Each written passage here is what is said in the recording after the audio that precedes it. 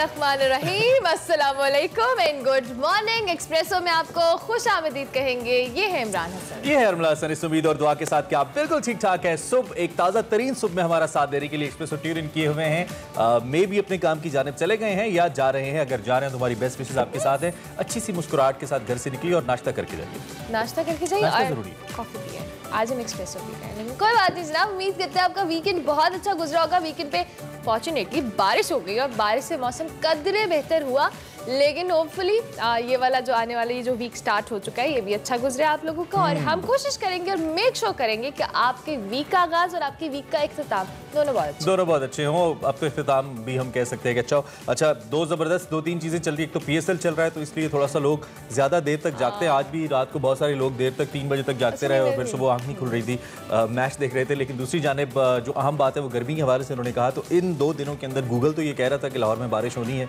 लेकिन अक्सर जो गूगल कहता है वो सही नहीं भी होता। हर अपना जो स्केड्यूल है वो आप अकॉर्डिंगली प्लान करें तो ज्यादा बेहतर है। इस्लामाबाद में सॉरी जो ओले पड़े आपने ओलों का साइज देखा है? मतलब मैं कह रही थी फ्रिज में से बर्फ निकाल के कोई ला रहा है। इस्लामाबाद नहीं, लाहौर है। ये आपने लाइन चोरी की है। लाहौर गर्मी के लिहाज से लाहौर है, इस्लामाबाद बारिश के लिहाज से इस्लामाबाद है। लाहौर दिल के लिहाज अब ये बातें बताई नहीं जाती, नजर लग जाती है।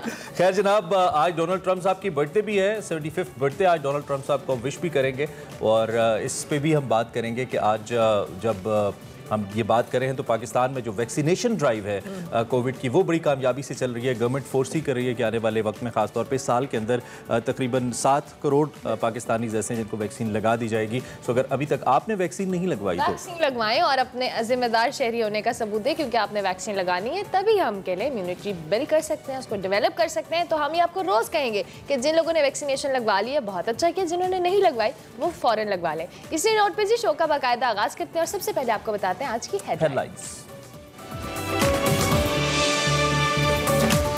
वज़ीर आला सिंध की डोरी जरदारी के हाथ में है। वफाकी वज़ीर इत्तलात फवाद चौधरी ने पीपल्स पार्टी को आड़े हाथों ले लिया।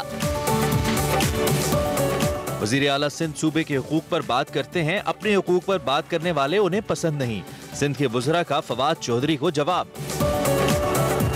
बजट की बुनियाद ही झूठ पर रखी गई, नए टैक्स ना लगाने का दावा झूठ निकला। शाहिद खान अब्बासी।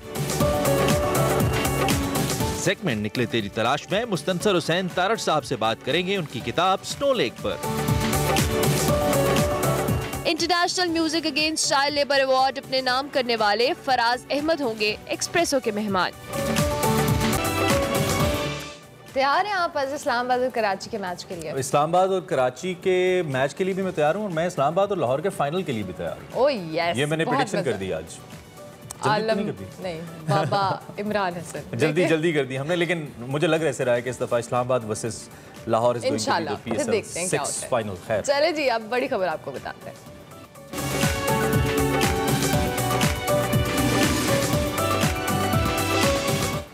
जी बिल्कुल, बात करेंगे पाकिस्तान तहरीक इंसाफ की गवर्नमेंट की, जिसने अपना तीसरा सालाना बजट पेश कर दिया है। गवर्नमेंट की जानिब से इसे तारीखी और माशी तरक्की का बजट करार दिया जा रहा है, जैसे कि हर हुकूमत कहती है कि अवामी बजट है।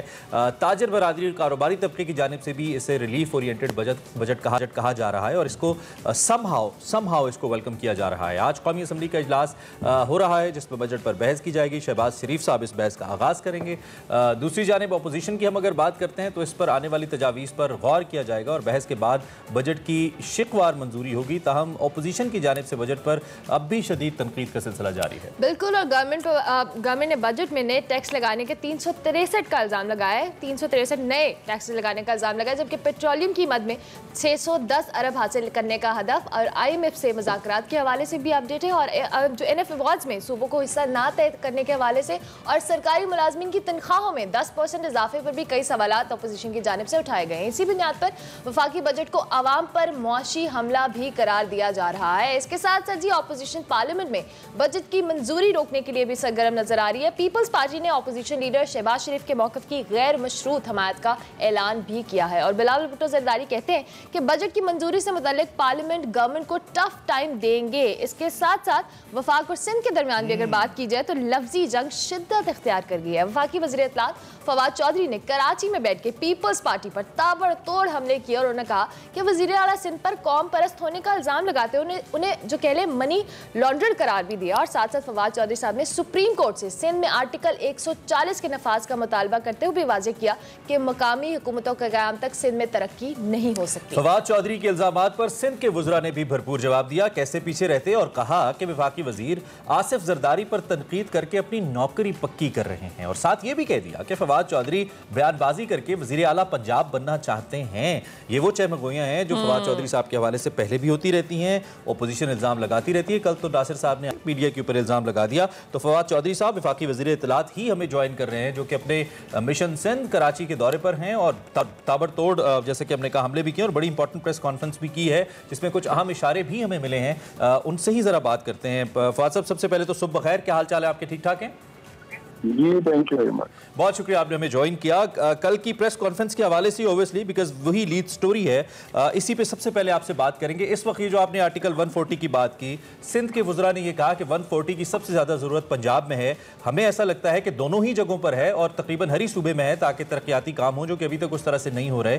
तो इस सिलसिले में कोई मैकेनिज्म भी बनेगा या महज बयान बराए बयान था ये 140A के लिए? देखिए, पहली बात तो ये है कि 100% इसकी जरूरत पंजाब में भी है और 100% की जरूरत सारे सूबों में है।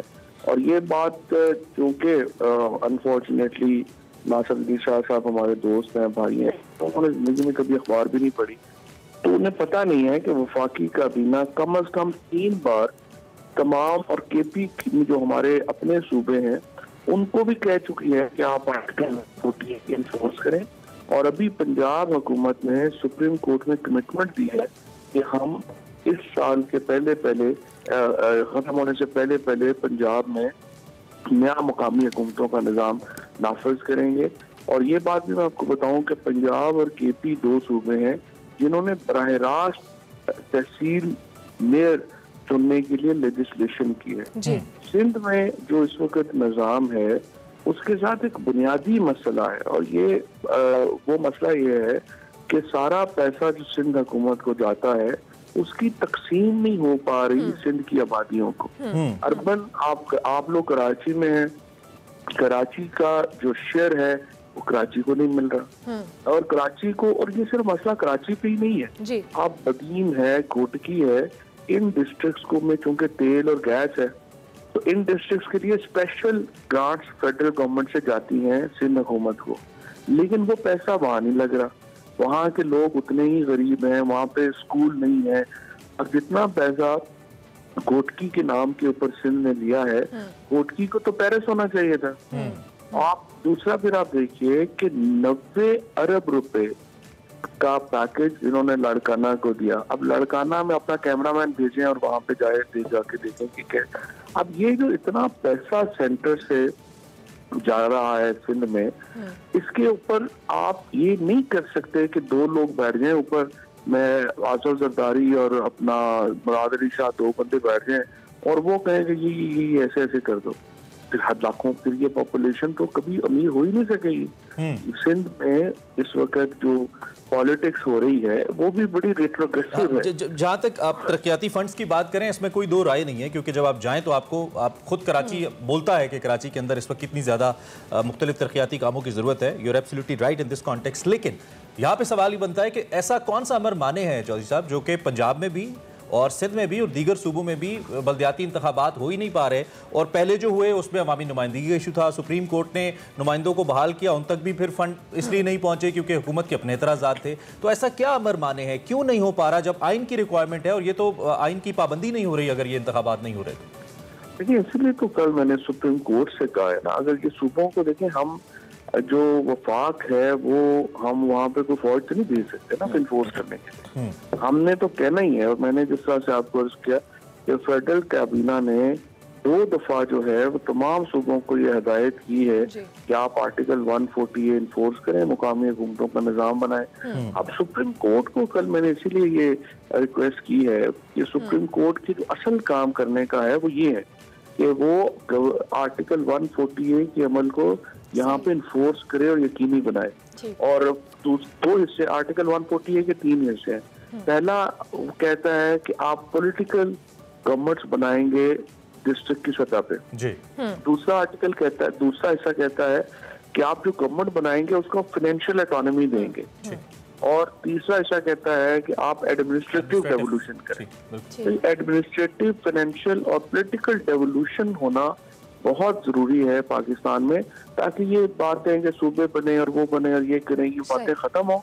अपने लोग खुद डायरेक्टली इलेक्टेड लोगों के जरिए अपने काम करवा सकें। ठीक हो गया। दूसरी जानिब फवाद चौधरी साहब, ऑपोजिशन की बात करें तो हिज़्ब इख्तिलाफ ने पार्लियामेंट में आज बजट मंजूरी के हवाले से गवर्नमेंट को टफ टाइम देने का ऐलान किया, और इसी अगर कॉन्टेक्स्ट में देखें तो शहबाज शरीफ और बिलावल भुट्टो के दरमियान भी कुछ दोबारा से राबते हुए हैं। ऑपोजिशन को इस तरह की स्ट्रैटेजी है, उसको काउंटर करने के लिए हुकूमत की क्या हिकमत अमली होने वाली है?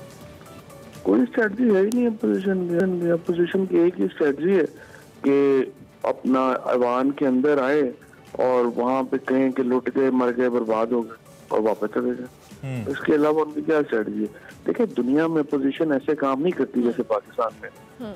आप आए, आप कहेंगे ये हुकूमत का बजट है, ये बिल्कुल बजट, ये हिस्सा इसका खराब है, हम इसके ऊपर ये ऑल्टरनेटिव तजावीज देना चाहते हैं। आप देखिए, इलेक्शन रिफॉर्म्स हैं, हमने कहा ये 49 अमेंडमेंट्स हम करना चाहते हैं। इन्होंने, आप आए इलेक्टोरल रिफॉर्म्स पे कहें कि नहीं आपकी रिफॉर्म्स खराब है, हम आपको देना चाहते हैं। ये तो जो अपोजिशन में आप देखें, सुबह जाते हैं ये सारे मरियम औरंगजेब और वो सारी कंपनी बाहर बैठ जाती है मार्कर्स लेके, उसके बाद चार्ट लिखते हैं, वो चार्ट लिख के वो ईवान के अंदर आते हैं, केजी के बच्चों की तरह शोर मचाते हैं, और उसके बाद अच्छा फवाद साहब, कल आपने मुराद अली शाह को कठपुतली कहा। मुझे याद है कि जब बिलावल इमरान खान को कठपुतली कहते थे, आप समेत सभी वज़रा कहते थे कि अवामी मैंडेट की तौहीन करते हैं वो, तो कल आपने सिंध के अवाम के मैंडेट की तौहीन नहीं की ये बात करके? तो आप दिल पे हाथ रख के बता दें कि सिंध हुकूमत को मुराद अली शाह चला रहे हैं या जरदारी साहबान चला रहे हैं? ये इल्जाम तो वैसे ये इल्जाम तो बुज़दार साहब पे भी लगता है कि वो भी व्हाट्सएप फॉलो करते हैं इमरान खान साहब का। बुज़दार साहब ने तो कभी इनकार ही नहीं किया ना। असल में बात ये है, मतलब अगर मुराद अली शाह साहब इकरार कर लें तो यू विल बी फाइन कि हाँ ऐसा हो रहा है। नहीं, मुराद अली शाह साहब जो हैं उनका प्रॉब्लम ये है कि उनकी हुकूमत जो है वो वहाँ पर तमाम जो फंड्स है उसको कंट्रोल करके बैठी हुई है, और तमाम एडमिनिस्ट्रेशन जो है वो वहाँ पे बिलावल हाउस से चल रही है। पंजाब में फर्क ये है कि इमरान खान का जो एडवांटेज है इस वक्त होने का, इमरान खान के फेक अकाउंट्स नहीं है जिसमें उन्होंने फोन करके कहना है कि आप फलाने ठेकेदार को ठेका दे दें और वो ठेकेदार इतने पैसे इस अकाउंट में करा दे, इतने उसमें करा दे। तो पंजाब के इश्यूज ये नहीं। और जो बुज़दार साहब हैं वो इमरान खान की 100% बात मानते हैं, कोई शुबा नहीं है, लेकिन इमरान खान की पॉलिसी बातें जो है वो आनी ही, पॉलिसी तो उसी पॉलिटिकल पार्टी ने देनी है ना जो इलेक्ट हुई है। अब इमरान खान जो है वो पॉलिसी डिसीजन मेकिंग देंगे और उसमें कोई प्रॉब्लम नहीं है। इनमें प्रॉब्लम ये हो रहा है कि तमाम जो टिकट किसको मिलना है, आपने ये सड़क यहाँ पे बननी है, ये गली यहाँ पे बननी है, फलाने को रोकना है, फलाने पे पर्चा कराना है, ये फैसले बिलावल हाउस से होते हैं। और जो मुराद अली शाह साहब हैं वो बेचारे बिल्कुल बेबस है वहाँ पे। में तो उनको तो उनके तो बाहर लिखना चाहिए कि मुराद अली शाह को रिहा करो। ठीक हो गया। फवाद साहब, इलेक्ट्रॉनिक वोटिंग के हवाले से बात करें तो अपोजिशन ने तो इसे मुकम्मल तौर पर मुस्तरद किया, लेकिन गवर्नमेंट इस हवाले से बड़ी होपफुल है कि आइंदा जो आम इंतखाबात होंगे वो इलेक्ट्रॉनिक वोटिंग के जरिए होंगे। अपोजिशन की मुखालफत के बावजूद कैसे पॉसिबल होगा? साथ साथ ओवरसीज पाकिस्तानियों की हम बात करें, उनकी वोटिंग के हवाले से क्या पेशरफ्त हुई है? ये उनकी पहले तो दो हिस्से हैं इसके। एक हिस्सा है जो इलेक्ट्रॉनिक वोटिंग मशीन का है जी, दूसरा बायोमेट्रिक्स का है और तीसरा इंटरनेट वोटिंग का है। सही। हमने ये किया है, हम चाहते हैं कि जो हमारे सबसे इम्पोर्टेंट जो कंपोनेंट है हम उसको मानते हैं कि हमारा जो ओवरसीज पाकिस्तानी है वो तकरीबन 85-90 लाख लोग हैं बाहर, हम उनको ये फैसिलिटी देना चाहते हैं कि वो वोट करें। और इस बार भी आपने देखा है जो रेमिटेंसेज हैं वो सबसे बड़ी। एक और बात मतलब देखना आपने ये है कि देखो $500 से कम की 90% रेमिटेंसेज हैं। यानी आप दोनों ये देखो कि जो पाकिस्तान में पैसे भेज रहे हैं लोग वो कौन है? वो लेबर है हमारी, गरीब लोग हैं जो $500। अब आप उनको इतनी भी इज्जत नहीं दे सकते जो PMLN में कल एहसन इकबाल ने कहा कि उनको तो पता ही नहीं पाकिस्तान का। ठीक है। आखिर में शरीफ को, हुसैन नवाज को पता है जो वहाँ पे रहते हैं पाकलैंड में, और ये जो लेबर है इसको नहीं पता पाकिस्तान के। वो असल में खैर प्रोसीजर पे मेरे ख्याल में ज्यादा एतराज है। बहरहाल ठीक है, विद द टाइम हम इस पे बात करते रहेंगे। आखिर में एक तो लोड शेडिंग दोबारा कहाँ से आ गई फवाद साहब, नंबर 1। नंबर 2, आपकी हुकूमत ने कहा, आपके वजीर खजाना ने कहा कि आवाम को रिलीफ देंगे, लेकिन बिजली महंगी कर रहे हैं। आवाम को रिलीफ देंगे, पेट्रोलियम लेवी में इजाफा कर रहे हैं। आवाम को रिलीफ देंगे तो ये कैसे होगा? ये दोनों चीज़ें हैं जो डायरेक्टली हिट करेंगी लोअर क्लास को, तो ये कैसे होगा? पेट्रोल भी बढ़ेगा, बिजली भी बढ़ेगी, लेकिन आवाम को रिलीफ कैसे मिलेगा? अच्छा, पहली बात तो यह है कि गुज़िश्ता 48 घंटों से तो किसी मुल्क में कहीं पर कोई लोड शेडिंग नहीं, और कई जगहों के ऊपर जो टेक्निकल फॉल्ट है या वो रिकवरी का है वो तो है, लेकिन 48 घंटों से लोड शेडिंग जो है वो मुल्क में अब जो है वो नहीं है। और कराची में तो थी ही नहीं, क्योंकि 500 मेगावाट बिजली जो है वो के इलेक्ट्रिक को हम ज्यादा दे रहे हैं पिछले सालों से, और वहाँ पे बिल्कुल जो है वो लोड शेडिंग नहीं है।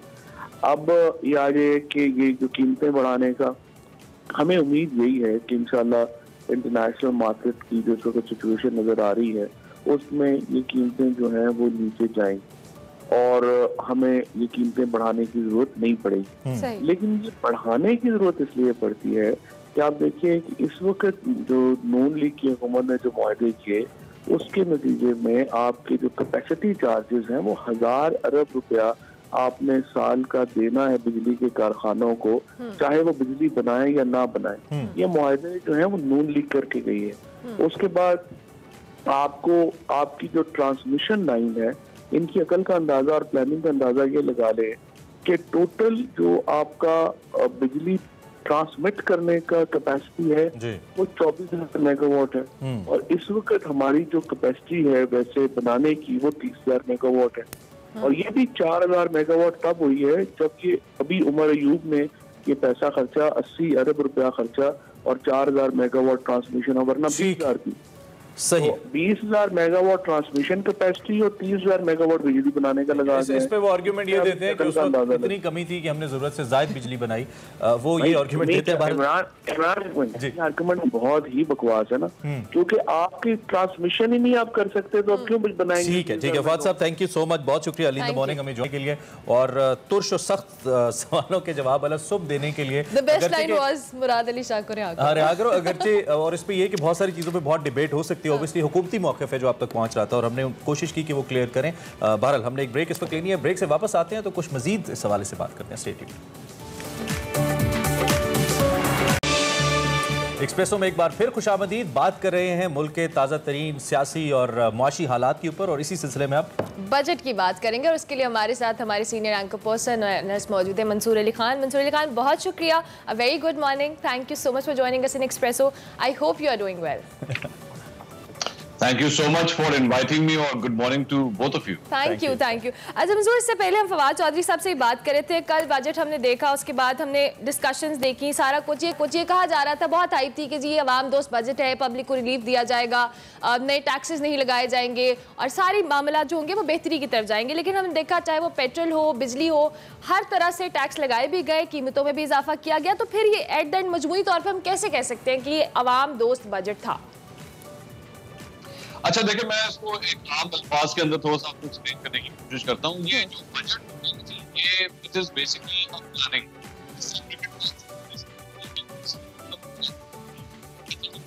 जाएंगे और ऊपर वो बैठ के 50 रन वो करेगा, 75 रन वो करेगा, फिर वन डाउन बंदा आएगा, सेंचुरी वो स्कोर करेगा, और ये इस तरह बैठ के एक प्लानिंग की जाती है। उसके बाद मैच में जाके क्या होता है, कौन जल्दी आउट होता है कौन नहीं होता, ये तो ऑब्वियसली मैच के साथ पता लगता है। लेकिन ओवरऑल अगर मैं इस बजट को देखूं तो it looks like an optimistic budget. एक जब से शौकत तरीन साहब आए हैं, he wants to give the feel good factor कि जी पिछले 3 साल से बड़ा ग्लूमी किस्म का मौसम रहा है सियासी तौर पर। तो पाकिस्तानियों को कहना चाहती है कि जनाब बस अब अच्छे दिन शुरू होने लगे हैं, हम पैसे खर्च करने लगे हैं, डेवलपमेंट होगी, हर जगह होगी, हम पैसे इकट्ठे भी बहुत ज्यादा करने लगे हैं। तो एक फील गुड इफेक्ट जो है ना वो इस बजट के जरिए आम लोगों को देने की कोशिश की गई है। But obviously again it's a planning paper. ये इसमें बहुत से फैक्टर्स हैं जो इफ्स एंड बट्स हैं, जो अगर आप चाहें तो हम वो भी डिस्कस कर सकते हैं कि कौन कौन सी चीजें हैं जिसकी वजह से जो है एक क्वेश्चन मार्क बहुत बड़ा है। डेफिनेटली राय चाहूँगा, वो है एजुकेशन और हेल्थ। उसकी बुनियादी वजह ये कि उसका एक सियासी पहलू भी है। आपको याद होगा पिछले कई सालों से जब भी तहरीक इंसाफ अपने पॉलिटिकल मैनिफेस्टो के साथ आती है तो उसमें कहती है कि हम ह्यूमन डेवलपमेंट पे पैसे लगाएंगे और ओबियसली उसमें तालीम और सेहत को बुनियादी हैसियत हासिल है। लेकिन इस बजट के अंदर भी पोस्ट बजट कॉन्फ्रेंस में शौकत तरीन साहब से ये सवाल भी किया गया और उन्होंने इकरार भी किया कि हम महज 3 से 4% के दरमियान तालीम के ऊपर लगा रहे हैं, जो कि डेवलप्ड मुल्कों के अंदर 8% तक भी होता है। तो इसका मतलब हम क्या मंसूर साहब ये लें कि तहरीक इंसाफ अब अपने बुनियादी मंशूर से हटके अगले इलेक्शन को देख रही है, सड़कें और पुल उनकी प्रायोरिटी हैं, इसलिए उधर इतना ज्यादा पैसा जा रहा है, मोर देन 60% एंड देन इधर जस्ट 3% आ रहा है तालीम और सेहत की जानिब? देखिए, फ्रैंकली स्पीकिंग, पहली बात तो ये कि ये एजुकेशन और हेल्थ का जो सेक्टर है, इसके ऊपर तो आज पंजाब का बजट पेश किया जाएगा। दोपहर को हाशिम जवां बख्त ये बजट पेश करेंगे, तो ये तो प्रोविंशियल मैटर्स हैं। अब देखना ये है कि वो क्या करते हैं। पंजाब के हवाले से जहां तक अगर हम पाकिस्तान तहरीक इंसाफ की बात कर रहे हैं, तो पंजाब के हवाले से तो जो उनका सेहत कार्ड है उसके हवाले से एक बहुत बड़ी अमाउंट जो है वो इस बार रखी गई है और इनका जो टारगेट है वो ये है कि पंजाब के अंदर यूनिवर्सल हेल्थ कवरेज जो है वो पूरे पंजाब को कम से कम पिछले अगले इलेक्शन से पहले जो है वो सबको दे दी जाए। दूसरी बात ये है कि जहां तक इन दोनों सेक्टर्स के ऊपर पैसे लगाने की बात है, तो फ्रैंकली स्पीकिंग आप भी जानते हैं, मैं भी जानता हूं कि किटी जो है वो बहुत टाइट है और पैसे इससे ज्यादा लग नहीं सकते। और तीसरी बात जो इंपॉर्टेंट है वो ये है कि पाकिस्तान तहरीक इंसाफ, वो जो आपने पहले बात की कि जी पुलों और सड़कों के ऊपर जो है वो जा रही है, मेरे ख्याल में अब मुस्लिम लीग नून ने जो अपने आखिरी 3 साल के अंदर फॉर्मूले बनाए थे ना कि ऐसे काम करो जो सड़कों के ऊपर आपको हर जगह नजर आए और वो बाकी ऐसे कामों पे इतना इन्वेस्ट मत करो जो नजर ना आए, ऐसे कामों पे ज्यादा इन्वेस्ट करो। तो मेरे ख्याल में पाकिस्तान तहरीक इंसाफ भी अब उसी फॉर्मूले के ऊपर जो है वो काम करना शुरू कर रही है। वही फार्मूला है जिसके ऊपर तहरीक इंसाफ काम करिए। एक और अगर हम एक स्टेप आगे बढ़ें तो इस हुकूमत ने इस वक्त ज़्यादा जो इसका रिलायंस नज़र आता है वो कंस्ट्रक्शन सेक्टर के ऊपर नज़र आता है। वक्ती तौर पर तो जाहिर बात है, हमें नज़र भी आ रहा है, बहुत पैसे बड़ी इन्वेस्टमेंट्स भी हो रही हैं, लेकिन जो माशी माहिरीन है वो कहते हैं कि जब तक आपकी सनत तरक्की नहीं करती, जब तक आपका मैन्युफैक्चरिंग सेक्टर तरक्की नहीं करता, एक सस्टेनेबल डेवलपमेंट नहीं हो सकती। और पाकिस्तान का आपको मालूम है मंसूर, मसला ये रहा है कि हमने आर्जी तौर पे 4-5 साल 3 साल हम अच्छे देखते हैं, देन अगेन हम डिक्लाइन कर जाते हैं। तो आपको लगता है कि जो रिलाई करिए गवर्नमेंट ये ठीक है, या आने वाले वक्त के अंदर हम क्लब कर जाएंगे इंडस्ट्रीज के साथ? ये बेहतर रविश है बजट को लेकर? देखिए, इमरान खान, मैं जरा सिर्फ ये चीज शेयर कर दूं कि इमरान खान साहब की सोच क्या है। इमरान खान साहब बार बार ये बात कहते हैं कि जी मैं कंस्ट्रक्शन सेक्टर को जो है वो मैं इसलिए प्रमोट करना चाहता हूं कि उसके साथ अप्रॉक्सीमेटली 30 से 35 मुख्तलिफ इंडस्ट्रीज हैं जो बेसिकली अगर वो सेक्टर बूस्ट करे तो वो 30-35 इंडस्ट्रीज भी जो है वो बूस्ट करना शुरू कर देती हैं। और जिसकी वजह से अगर आपने देखा हो कि इन्होंने एमनेस्टी स्कीम भी जो है वो इस सेक्टर को दी थी ताकि ज्यादा से ज्यादा लोग जो है वो इसके अंदर इन्वेस्ट करें। और अब 6 महीने की मजीद जो है वो इसके अंदर एक रिलैक्सेशन जो है वो मांगी गई है। बट हैविंग सेड दैट, जो 50 लाख घरों वाला वो जो एक टारगेट बनाया गया था, it is nowhere near that, और ना ये होगा, ये अगले 2 साल भी नहीं होगा। It is impossible to say that. और दूसरी बात ये कि हम बार बार अगर सिर्फ इस तरह के ये स्टॉप गैप अरेंजमेंट्स के साथ अगर हम काम करने की कोशिश कर रहे हैं तो उससे कुछ नहीं होगा। हमें बेसिकली हमने अगले पिछले 3 साल में FBR के लिए कुछ नहीं किया। अगर हम इंडस्ट्रीज की बात करें तो पिछले 1 साल में खासतौर पे कोविड के अंदर जो है हमें इस चीज का एडवांटेज ये रहा कि जहां पे पूरी दुनिया में कोविड की वजह से कई मार्केट्स बंद थी, हमारी मार्केट्स यहाँ पे खुली हुई थी और वो एक्सपोर्ट्स बहुत अच्छी कर रही थी। बट अब जिस तरह दीगर ममालिक कोविड के ऊपर काबू पा रहे हैं, वो मार्केट्स खुलना शुरू होंगी और अगला 1 साल आपके एक्सपोर्ट्स के लिए जो है बहुत चैलेंजिंग होगा। सही, ठीक हो गया।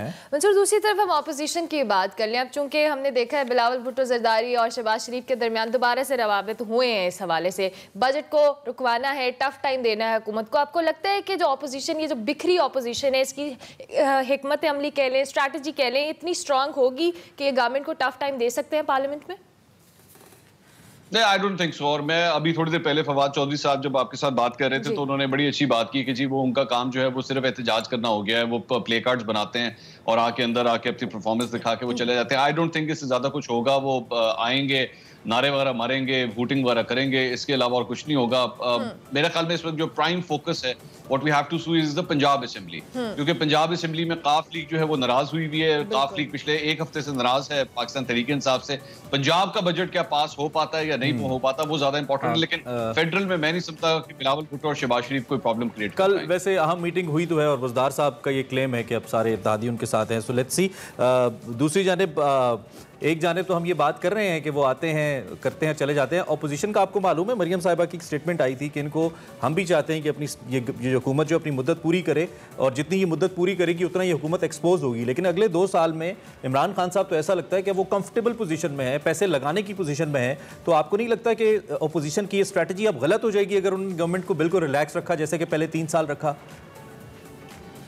मेरा ख्याल में मैं इसको मरियम नवाज साहिबा का एक हिस्टोरिक यूटर्न ही कहूंगा, इससे कम तो नहीं कह सकता। जारी बात है, इस स्टेटमेंट से 6 महीने पहले तक वो डेटें दे रही थी कि जी ये जनवरी में हुकूमत गई तो फरवरी में हुकूमत गई, तो ये बस ये अगला साल नहीं देखेगी। अगर आपको याद हो, वो इस किस्म की स्टेटमेंट देती थी और उसके बाद when everything fold apart, Bilawal Bhutto साहब के साथ जो है वो उनके ताल्लुकात खराब हो गए, तो उन्होंने कहा कि जी हम चाहते हैं कि ये 5 साल अपने पूरे करें। सो जब आपकी इस किस्म की स्ट्रैटेजी होगी, एक जगह मफामत की बात हो रही है, एक जगह मजामत की बात हो रही है, तो एक आम आपका वोटर जो है जिसने बाहर बैठ के आपके जलसे को सक्सेसफुल बनाना होता है, जोश और वलवला पैदा करना होता है, जब वो खुद बेचारा कंफ्यूज होगा तो आपके लिए क्या करेगा? सो आई डोंट थिंक के ऑपोजिशन की किसी किस्म की कोई, फ्रैंकली स्पीकिंग, फवाद साहब की दोबारा वही बात, वो सही कहते हैं कि कोई स्ट्रैटेजी नहीं है। और अगर इमरान खान साहब ने अगले 2 साल के अंदर वाकई परफॉर्म करके दिखा दिया तो 2023 के इलेक्शंस के अंदर जो है वो ऑपोजिशन की जमातों के लिए फिर मुश्किलात पैदा हो सकती है। ठीक हो गया, बहुत शुक्रिया Mansoor, thank you very much for joining us. आप हमारे साथ थे और अहम मौजूआत पे अपना तंज पहुंचा रहे थे। Mansoor Ali Khan, senior anchor Express News, अपने ख्यालात का इजहार कर रहे थे। अभी हमें एक ब्रेक लेनी है, ब्रेक के बाद हाजिर होंगे। आप देखते रहिए एक्सप्रेसो।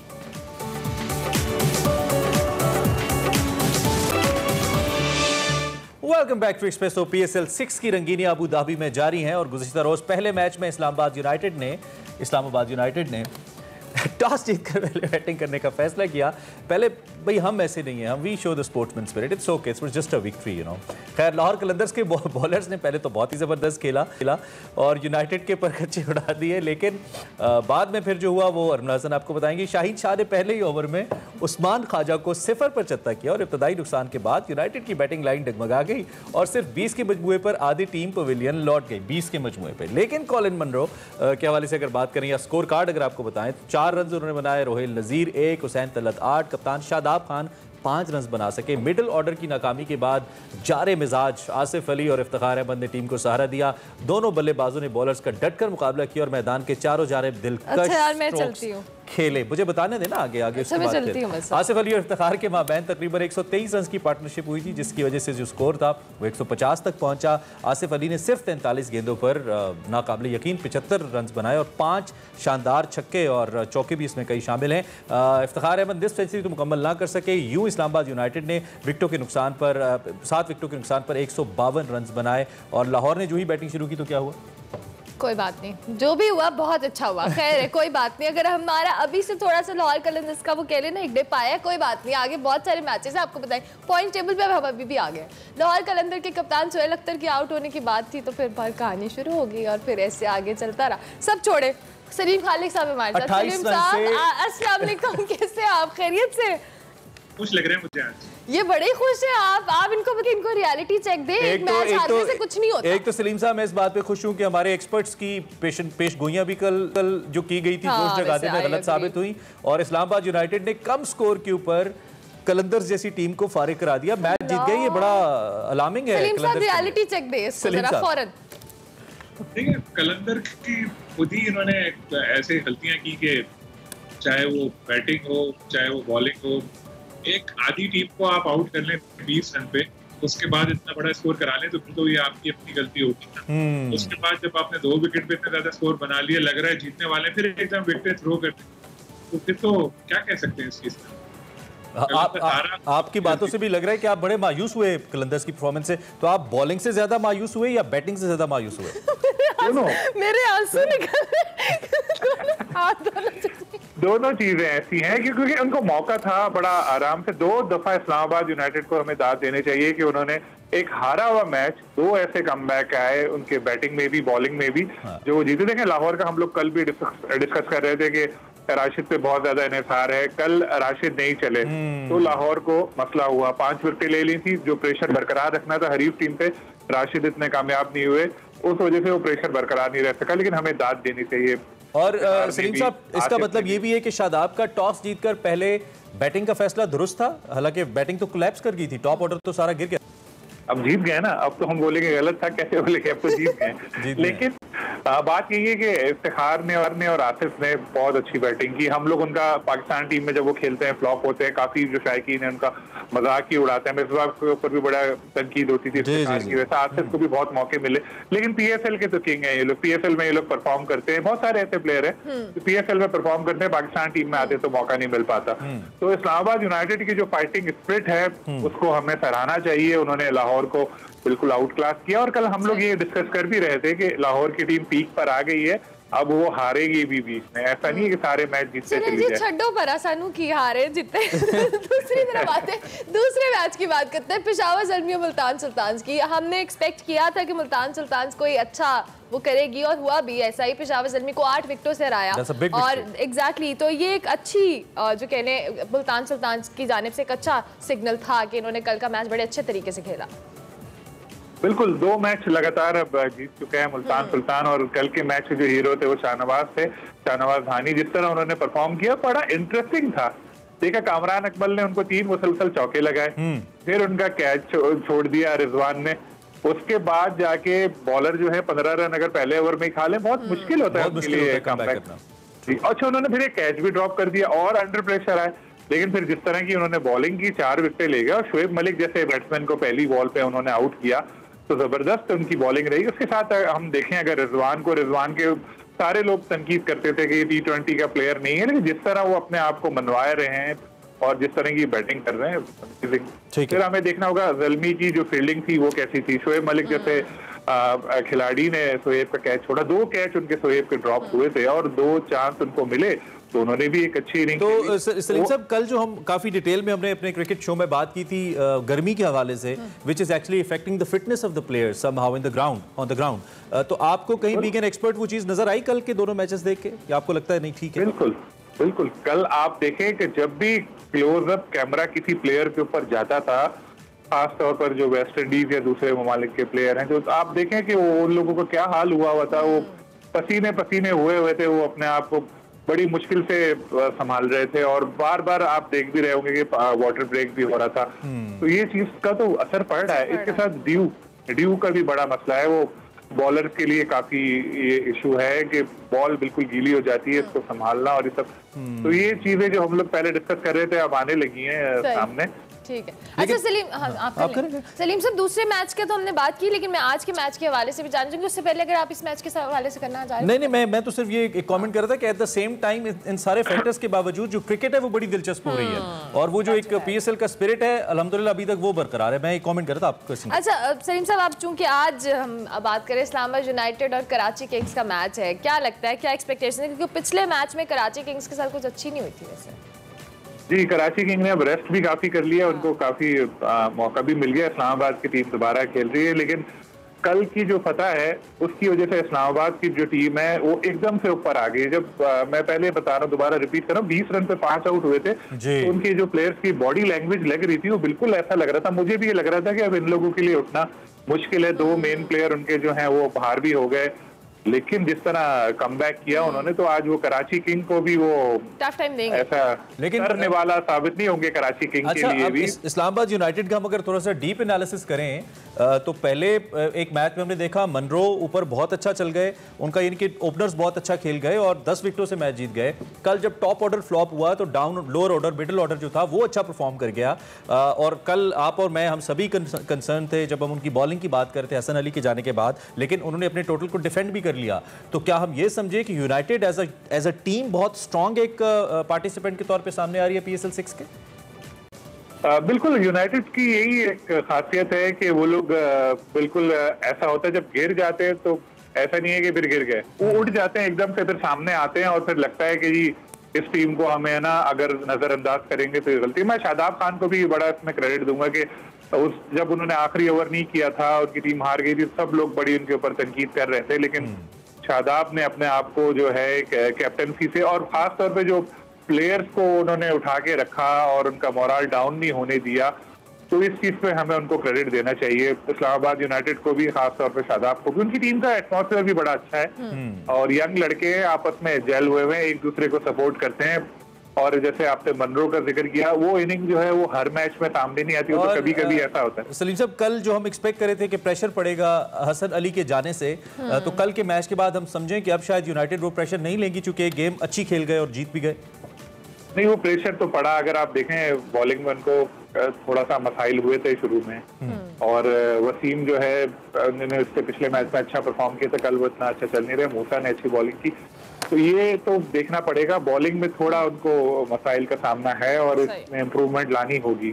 ठीक होगा। अली खान का पहला मैच, जी जी आप कंटिन्यू कीजिएगा, करिएगा। अली खान मैं कहता अली का, हाँ मैं कहता उनका पहला मैच था, उनको हम ये नहीं कह सकते कि अभी आते के साथ ही वो तबाही मचा देंगे, लेकिन आहिस्ता आहिस्ता जो है खेलेंगे तो फिर होगा। लेकिन हसन अली जैसे प्लेयर को रिप्लेस करना किसी भी नए प्लेयर के लिए इतना थोड़ा मुश्किल है, चैलेंजिंग है। ऊपर से फ़हीम अशरफ भी नहीं है इस हवाले से। ठीक हो गया। सलीम साहब, जाते जाते ये कमेंट जरूर दे दीजिएगा, कराची किंग्स और इस्लामाबाद यूनाइटेड, वैसे हम शाम को फिर दोबारा बात करेंगे, लेकिन मैं फॉर द सेफर साइड पूछ लेती हूँ। मॉर्निंग शो व्यूअर्स देखें, मसला ये है कि इमरान भी मेरे दोस्त हैं, वो इस्लामाबाद को सपोर्ट करते हैं, तो मैं भी इस्लामाबाद को सपोर्ट कर रहा हूँ। ये सलीम साहब, अब मुझे लगता है कि अब लाहौर का जब मैच होगा तो आपने फिर अब लाहौर को सपोर्ट कर रहे हैं, क्योंकि मैं लाहौर की देखें, सपोर्ट वो हूं। ये वाइसनेस हो जाएगी। I have a great respect for him because Karachi Kings का मैच है, लेकिन उन्होंने कहा कि मैं इस्लामाबाद को सपोर्ट करता हूं। That's the spirit, this is what we want. हमें लाहौर वालों से भी यही स्पिरिट चाहिए, वरना क्रिकेट तो चलती रहेगी। Thank you very much Salim साहब, बहुत शुक्रिया। अर्ली इन द मॉर्निंग आपने हमें अपने तज्जिए से आगाह लाहौर किया। वाले आपको अच्छा स्पिरिट देते हैं, फिक्र ही ना, अभी देखते हैं। Thank you very much Salim साहब, बहुत शुक्रिया जी।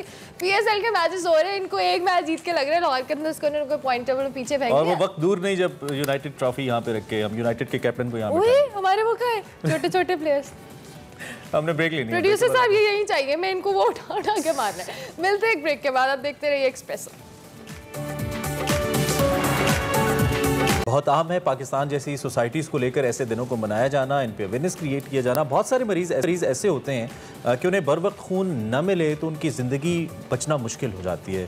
खून अतिया करने के लिए हम अगर इस आलमी दिन की बात करें तो इसका मनाने का मकसद खून देकर कीमती इंसानी जानें बचाने का शऊर उजागर करना है। तिब्बी माहिरीन इस हवाले से कहते हैं कि खून का अतिया खून की कमी का सबब बनता है, ना ही जिस्मानी कमज़ोरी का, बल्कि कुदरती अमल के ज़रिए खून से पहले जो पहले आपके अंदर खून होता है, अगर आप खून देते हैं तो पहले से ज़्यादा खून बनता है। बिल्कुल, और जो ब्लड डोनर के लिए भी बहुत ज़्यादा फायदेमंद होता है और इसे मुख्तलिफ बीमारियों से भी बचाता है। खून की अदम दस्तियाबी की वजह से कई बात हो रही है और बहुत सारे मरीज अलालत के भी शिकार होते हैं। खून की मुंतकली से हर साल लाखों अफराद की जानें बच जाती हैं और उसकी मदद से जानलेवा बीमारियों के शिकार मरीजों की ज़िंदगी के मैयार को बेहतर बनाने में भी मदद मिल सकती है। जैसे हम बात करें थैलेसीमिया की, हीमोफीलिया की, खून की कमी की, कैंसर का कोई इशू हो, गुर्दे की खराबी हो, डायलिसिस हो, बच्चे की पैदाइश के बाद ब्लड का ज़्यादा बह जाना हो, कार्डियक बाईपास हो, ये तमाम चीज़ें वो है। ब्लड बैंक्स में अगर खून ना होने की वजह से लोग मर रहे हैं, तो आप खून अतिया देने के हवाले से ये अवेयरनेस है और इस दिन को मनाने का पर्पस भी है कि लोग ज़्यादा से ज़्यादा ब्लड डोनेट करें। और किसी को लगता है कि ब्लड डोनेट करने से उनके अपनी बॉडी में ब्लड की कमी होती है, ऐसा बिल्कुल नहीं होता। आपकी ब्लड, आपकी जो बॉडी है वो नेचुरल वे में ब्लड दोबारा से बनाती है और आपको मुख्तलिफ बीमारियों से भी बनाती है। तो इस वजह से आपको इस दिन के हवाले से अवेयरनेस देना जरूरी है और दूसरों को भी इंकरेज करने की और हेल्दी आपकी बॉडी रहती है, सबसे इंपॉर्टेंट ये। 2005 से इस दिन का आगाज़ किया गया था और 2005 से मुसलसल जून 14 को ये दिन मनाया जाता है। हम में से बहुत सारे लोग महज इसलिए खून नहीं देते कि हम इस बारे में सोचते नहीं हैं। तो बेसिकली ऐसे जितने भी दिन होते हैं वो एक रिमाइंडर के तौर पे हमारे सामने आते हैं कि हम आपको अपने आप को भी इनफैक्ट, क्योंकि हम भी इसी सोसाइटी का हिस्सा हैं, रिमाइंड करवाएं। और आपको इसका सबसे ज़्यादा एहसास उस वक्त होता है जब आपके अपने आसपास, आपकी अपनी फैमिली में खुदा न खास्ता कोई थैलेसीमिया वगैरह का मरीज आता है, तो then you get to know कि ये कितना इंपॉर्टेंट है कि उसको टाइम के ऊपर ब्लड मिले। और हमने तो इसमें बड़ा काम भी किया। हम सुंदस फाउंडेशन की बात करें, थैलेसीमिया के पेशेंट्स के हवाले से बात करें, हम ऑन एंड ऑफ अपने शो में एक्सप्रेसो में इसको स्पेशली हाईलाइट करते हैं और बल्कि है ना ऑन एंड ऑफ जाती भी रहती है सुंदस फाउंडेशन में, वहाँ पे हमें बताती भी है। सो इसको इनकरेज कर रहे हैं हम अपने प्लेटफॉर्म से भी। तो अगर आपके अंदर कोई मिसकंसेप्शन है आपके दिमाग में ब्लड डोनेट करने के हवाले से, तो उसको दूर करें और कोशिश करें कि अगर आप हेल्दी और एक अच्छी लाइफस्टाइल गुजारें तो ब्लड डोनेट करने से किसी और की ज़िंदगी भी बच सकती है। तो उसको इनकरेज करना बहुत ज़रूरी है। बिल्कुल। और इसमें खैर जहाँ पे ब्लड डोनेट करना जितना इंपॉर्टेंट है, मैं एक आर्टिकल मेरे सामने है तो मैं ये भी समझता हूँ कि जब आप ब्लड डोनेट करने जाते हैं तो उसमें सेफ्टी भी उतनी ही इंपॉर्टेंट है। यानी कि ऐसी जगह पे जाके ब्लड डोनेट करना जहाँ पे सेफ तरीके से ब्लड आपका डोनेट भी हो और फिर राइट पर्सन तक भी पहुँचे, राइट प्लेस तक भी पहुँचे। बाज़ औक़ात ये होता है कि कुछ तंजीमें ऐसा देखने में आता है प्रोसेस कि वो ब्लड तो कलेक्ट करती है लेकिन वो राइट पीपल तक नहीं पहुँचता। तो we have to make sure. और इससे एक ये भी फायदा होता है कि जब भी आप अपना ब्लड डोनेट करते हैं, यू गेट टू नो कि आपकी बॉडी के अंदर चूंकि सारा प्रोसेस ही आपके खून के ऊपर डिपेंड कर रहा होता है, तो आपको भी इसकी बहुत ज़्यादा इन्फॉर्मेशन मिल सकती है इस कॉन्टेक्स्ट में कि आपकी बॉडी के अंदर जो कुछ चल रहा है, क्या चल रहा है आपकी बॉडी के अंदर, आपके ब्लड के अंदर क्या चल रहा है। तो ये उस लिहाज से भी बहुत इंपॉर्टेंट है और खास तौर पर एक सोशल रिस्पॉन्सिबिलिटी है, उसको अदा करना बहुत जरूरी है। और बहुत सारी अच्छी ऑर्गेनाइजेशंस हैं, बहुत अच्छे इदारे हैं जो एक प्रॉपर वे में, एक प्रॉपर मैकेनिज्म के थ्रू ये कर रहे हैं, तो हम आपको इसलिए अवेयरनेस दे रहे हैं, तो आपने ब्लड डोनेट करना है। अच्छा जी, आज इस हवाले से हमने बात तो की, अब थोड़ी सी हम सुबह सुबह जब हम एक में होते हैं तो हमें खाने पीने की बातें भी करनी होती हैं, और वो हमें खाने से जो खून बनता है ना, वो खून ओए क्या बात की आपने, बस लिंक कर दिया ना, यही तो आर्ट है। देसी फूड देखते हैं, देसी फूड देखें।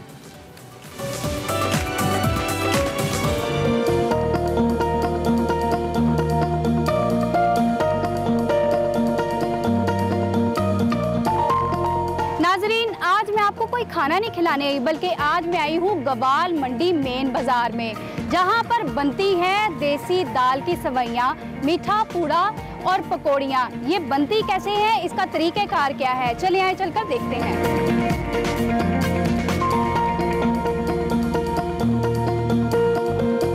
हमारे साथ यहाँ पर मुबश्शिर साहब मौजूद है। आप मुझे बताएं, आपने ये काम कब से और कैसे स्टार्ट किया था? जी, बेसिकली हम दिल्ली से बिलोंग करते हैं। वहाँ पर हमारी कुछ शॉप्स थी, तो वहाँ से मेरे दादा वो हिजरत करके इधर आए जब पाकिस्तान हिंदुस्तान बना, तो आके यहाँ पे हमने क्लेम किया, तो क्लेम में हमें गवर्नमेंट ने ये पूरी बिल्डिंग दी उस क्लेम के बदले, और हमें शॉप्स दी हैं। तो यहाँ अल्हम्दुलिल्लाह हम यहाँ पे बैठे हैं। हम तकरीबन माशाल्लाह तीसरी पीढ़ी हैं जो इस फील्ड में है, और सबसे पहले हम हैं जिन्होंने पकौड़ियाँ सेवियाँ का काम स्टार्ट किया। अच्छा, ठीक है। आप क्या क्या बनाते हैं? यहाँ पे हम देसी दाल की सेवियाँ, खकर पूरा जिसे लोग बोलते हैं, खकर पूरा बोलते हैं, पूरा बोलते हैं, लोहड़ी पूरा बोलते हैं, और दाल, निमको, सेवियाँ, पूरा वगैरह। बस आपकी कितनी दुकानें हैं यहाँ? अल्हम्दुलिल्लाह हमारे पास ये ताया चाचा के बैठे हुए हैं, ताया अबू की है, वालिद साहब की है, इस तरह हमारे तकरीबन कम से कम 6 दुकानें हैं। डिमांड किस चीज़ की ज़्यादा? ये बेसिकली मौसम के हिसाब से होता है। ये गर्मियों में ज़्यादातर सेवियाँ पूरा सेल होता है, रमज़ान में पकौड़ियाँ होती हैं। पकौड़ियाँ तो वैसे माशाल्लाह 12 महीने चलती हैं, क्योंकि हमारी देसी दाल की अच्छी 1 नंबर पकौड़ियाँ बनती हैं। और जो सर्दियों में है वो ज़्यादातर ड्राई फ्रूट का काम हमारा होता है, जिसमें रेवड़ियाँ आ जाती हैं और ड्राई फ्रूट का सारा सामान आता है। कितनी किस्म की पकौड़ियाँ बनाते हैं? पकौड़ियाँ 2 किस्म की होती हैं, एक होती है गोल पकौड़ी, एक होता है लंबी पकौड़ी। इसे लोग बलियाँ भी बोलते हैं और देसी पकौड़ियाँ भी बोलते हैं। तो लंबी पकौड़ियाँ और गोल पकौड़ियाँ, इन दोनों में क्या फ़र्क होता है? डिफरेंट ये होता है कि जो गोल पकौड़ी होती है उसको फुलाने के लिए थोड़ा सा सोडा और मैदे का यूज़ होता है, और जो उसकी लंबी पकौड़ी होती है उसको हम प्योर बेसन की बनाते हैं, जो देसी दाल जिसे लोग बोलते हैं ना, देसी दाल की, वो बनाते हैं इंशाल्लाह। पूरा कैसे बनाते हैं आप? पूरा बनता है मैदे का, गुड़ का, बस ये इनको उसको आपस में फेंट के मिक्स करने के बाद इसको हम फेंटते हैं। फेंटने के बाद वो तैयार होता है, फिर हम उसको तेल में फ्राई करते हैं। ये गोल सी टिक्की बाहर निकलती है, उसके एक सेंचा होता है गोल सा डिब्बे, वो जिसके अंदर वो सेंचा बन के निकलता है, वो पूरा इस तरीके से तैयार होता है। दाल के सवैयों की रेसिपी क्या है? रेसिपी ये है कि देसी दाल बाज़ार से लेते हैं हम, अकबरी मंडी से, वहाँ से हम फिर उसकी पसवाई करवाते हैं। पसवाई कराने के बाद अल्हम्दुलिल्लाह अपनी फैक्ट्री में लेके आते हैं, वहाँ से उसको फिर उसके अंदर हमने ज़ीरा, अजवाइन, नमक वगैरह, मसाला वगैरह जो लगाना होता है सेवियों को, वो हम बेसन में डाल देते हैं। उसको बाद में फिर कारीगर अच्छे तरीके से गूंदता है। गूंदने के बाद पेड़े बनाने के बाद मशीन सी होती है, उसका सेंचा होता है, नीचे एक जाली से लगी होती है जिसकी आप देख रहे होंगे, ये यानी कि लंबी लंबी निकलती हैं वो, तो उस तरीके से तैयार होती हैं। आप ये सब चीज़ें खुद बनाते हैं या फिर कारीगर रखे हैं? नहीं, अल्हम्दुलिल्लाह हमारे पास इस टाइम 4 कारीगर हैं, और सारे कारीगर बनाते हैं, हम खुद नहीं करते हैं। हम सिर्फ शॉप पे बैठते हैं, उसको सेल करते हैं, और लोग बड़ी बड़ी दूर से लेने के लिए आते हैं। इन चीज़ों को बनाने में कितना टाइम लगता है? मैक्सिमम अगर आप पूरा निकालने के लिए आए तो कम से कम 4 घंटे आपके लिए उसके लिए मैक्सिमम होता है, और सेवियाँ निकालने के लिए सर मैक्सिमम 3 घंटे होते हैं। पकौड़ी निकालने के लिए आपको कम से कम 1.5 से 2 घंटे लगते हैं। मीठे पूड़े की खासियत क्या है? मीठे पूड़े की खासियत यह है, एक तो ये गुड़ का बनता है, और सेकेंडली ये है कि इस लोग खाने से ना जो डस्ट वगैरह अंदर जाती है, लोग जो सफ़र करते हैं वो एक तो वो साफ़ हो जाए। दूसरी बात ये इसकी एक लाहौर की स्पेशल अच्छी सौगात है ये जहाँ तक कराची, इंग्लैंड, दुबई, सऊदीया लोग यहाँ से हमसे परचेज़ करते हैं, वो वहाँ लेकर अपनी फैमिली के साथ बैठ के खाते हैं, और शाम की चाय के साथ देसी पूरा खाने का अपना मज़ा है। आप इतनी देर से गवाल मंडी में बैठे हुए हैं, तो यहाँ पर तो रश भी बहुत होता है, तो कभी कोई मुश्किलात पेश आती हैं तो आपने सोचा कि कहीं और जाके बड़ी दुकान बना ली जाए? नहीं, अल्हम्दुलिल्लाह, क्योंकि हमारा जदी पुश्ती काम है, बड़े सालों से बैठे हुए हम, हमारा दिल ही नहीं करता गवाल मंडी से होकर कहीं और जाने का, काम करने का और बिज़नेस करने का। अल्हम्दुलिल्लाह अल्लाह पाक हमें यहाँ पे दे रहा, हमें ज़रूरत ही कोई नहीं कहीं और जाने की। चलिए, बहुत शुक्रिया आपका।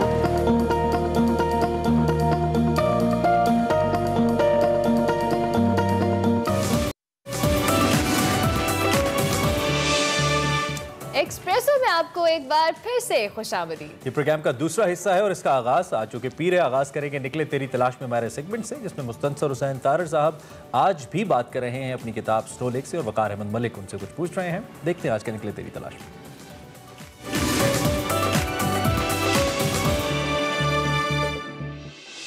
अस्सलाम वालेकुम नाज़रीन, मैं हूं वकार अहमद और आप देख रहे हैं निकले तेरी तलाश में। तार साहब से हमारी गुफ्तगू का सिलसिला जारी है स्नो लेक पर। दुनिया का तवील तरीन बर्फ़ानी रास्ता, तवील तरीन बर्फ़ानी सफ़र जो है, बर्फ़ानी रास्ता जो है नॉर्थ पोल के बाद वो तार साहब ने पार किया और कैसे पार किया, क्या क्या वाक़यात पेश आए, कैसा दिलचस्प वो जो एक सफ़रनामा है स्नो लेक की शक्ल में बरामद हुआ, उनके किरदार कैसे जानदार हैं, इन तमाम मौज़ूआत पर गुफ्तगू करने के लिए हमारे साथ तार साहब मौजूद हैं। बयान था के बाद आप तार साहब स्नो लेक पहुँच जाते हैं, यानी आपका जो ख्वाब था वो स्नो लेक पहुँचने का, वो स्नो लेक आप पहुँच जाते हैं। वंडरफुल, खूबसूरत है। आपने स्नो लेक के हवाले से कहा है कि मेरी दादी का ख्वाब उसको करार दिया है कि मेरी माँ का रांगला चरखा है और मेरे वालिद की नीली आंखें हैं और इस पर बादबानी कश्तियाँ रवां हैं। सर, आप स्नो लेक पहुँचते हैं तो वहाँ जो पहला तासुर, यानी आप इतनी मुश्किलात से, अब आगे जितनी मुश्किलात आनी है वो तो आपको आइडिया नहीं है, लेकिन पहले जितनी मुश्किलात से आप स्नो लेक पहुँचते हैं और एक ज़माने से आपने ख्वाब भी अपने ज़हन में सजा रखा है स्नो लेक का, तो स्नो लेक की जो झलक थी पहली, जब आपने पहली दफ़ा देखा तो वो क्या था, मतलब वो क्या पहला तासुर क्या था आपका? स्नो लेक जिस तरह के जहाँ भी बर्फ़ होती जी, वहाँ पे उसके ऊपर चलने के लिए मुँह अंधेरे उठना पड़ता है सूरज निकलने से बहुत पहले, ताकि वो बर्फ़ जो है रात का जो माइनस टेम्परेचर होता है उसमें हो और सॉलिड हो।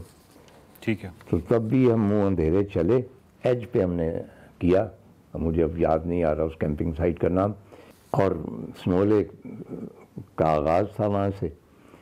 तो सुबह जब हम चले हैं, पहले हमने रस्सा बांधा, लेकिन उसके बाद लोग इधर उधर हो गए हैं।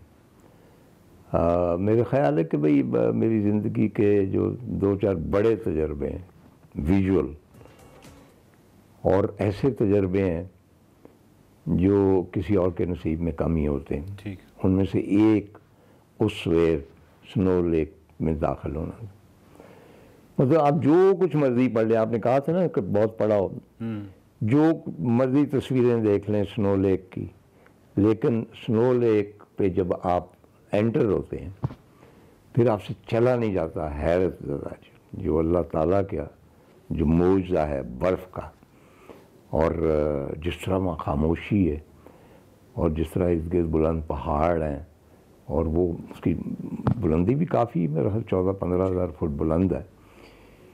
तो वहाँ पे मुझे अपने माँ बाप बहुत याद आए, और एक ख़ास हवाला ये था कि मुझे कुछ फड़फड़ाहट से, अच्छा अब सूरज तुलू हो रहा है तो इर्द गिर्द जो चोटियाँ हैं वहाँ हल्की हल्की रोशनी, अच्छा रास्ते में वो गर्दाब नुमा झीलें हैं, गहरी नीली झीलें, उनकी मैंने कभी कोई तस्वीर भी नहीं देखी थी, वो सिर्फ वहीं पे होती और ख़तरनाक है। और फड़फड़ा के वो जब तितली बर्फ़ पे गिरती है तो उसी वक्त, क्योंकि सर्दी होती है, उसके ऊपर एक बारीक सी बर्फ़ की तह जो होती है वो जम जाती है, चुनांचे वो हनूत हो जाती है उसमें, और आप बाकायदा बैठ के यूँ लगता है कि शीशे में फ्रेम शुदा तितली। तो ये 5-6 तितलियाँ मैंने देखी, और ये मतलब है कि वो मेरे साथियों ने नहीं देखी, आई डोंट नो व्हाई, लेकिन उनमें से 1-2 तितलियाँ मैं उठा के भी लाया तो मरी। तो एक तो ये अजूबा था, पानी, परिंदे, मौत वगैरह मेरी फिक्सेशन है, इस तरह तितलियाँ भी हैं किसी हद तक। और मुझे याद आता है कि मैं और सुमैर और सलजूब जा रहे थे मदीना शरीफ, तो अब उसने कहा कि अबू आपने सफ़रनामा तो लिखना ही है। मैंने कहा हाँ मैं लिखूँगा इंशाल्लाह। कहेंगे इसमें तितलियाँ ना डाल देना, हर जगह तो आप तितलियाँ डाल देते। मैंने कहा बच्चे मैं बैठता नहीं, वो होती हैं, कहता उतनी नहीं होती जितनी आप डालते। उसी वक्त लेफ्ट हैंड से डेजर्ट की तरफ से सफ़ेद तितलियों का एक औल आया जो टकराया हमारी विंडशील्ड मदीना के रास्ते। मैंने कहा बेटे अब आप गवाह रहना, तितलियाँ होती हैं। तो वो तितलियों का जो है वो बेसिक जो उसकी है याद है, वो ये कि मेरे वालिद साहब ने रचना नर्सरी फार्म एक बनाया गखड़ मंडी में, तो साल 1.5 साल वहाँ रहे। तो क्योंकि मैं बोर हो जाता था, शहर का बच्चा था, तो मेरे तफरीह के लिए कुछ ना कुछ करते रहते। तो मुझे एक दिन कहने लगे तुम्हें मैं तितलियाँ बना के दिखाऊं। मैंने कहा आप कैसे बना सकते हैं? कहने लगे 2 घड़े लाए गए, उनमें मूली और शलगम के पत्तों पे होती हैं तितलियाँ, या नस्टर्शम जो फ्लावर होता है उसके ऊपर, ख़ास तितलियाँ कह रहा हूँ, सुंडियाँ। ठीक है। तो सुंडियाँ खाती हैं उनके पत्तों। वो सुंडियाँ जमा की गई, उन घड़ों में डाली गई और उनमें शहतूत के पत्ते डाले गए और घड़ों को 2 घड़े थे मलमल का कपड़ा बांध दिया गया ताकि हवा का। और मेरा ख्याल 5वें या 6ठे रोज़ मेरे वालिद साहब ने कहा कि तितलियाँ तैयार हो गई। तो उन्होंने एक घड़े का वो खोला मलमल का ऊपर से, रोज़ाना उसमें डालते थे वो अपना, और स्मेल थी बड़ी स्ट्रॉन्ग, और उसमें से एक तितली फड़फड़ा के निकली है। And I was amazed as a kid कि आप एक घड़ा है उसमें सुंडियाँ डाली थी और उसके बाद वो फड़फड़ा के यूँ निकली हैं, ये गौल का गौल वहाँ से निकला है। वो मेरी बचपन की एक याद। और जब मैं स्नो लेक पे वो तितलियाँ फड़फड़ा रही थी और देख रही थी तो मुझे अपने वालिद साहब याद आ गए, उनकी नीली आंखें याद आ गई, और मुझे ये याद आ गया कि दूसरा घड़ा शायद नहीं खोला था।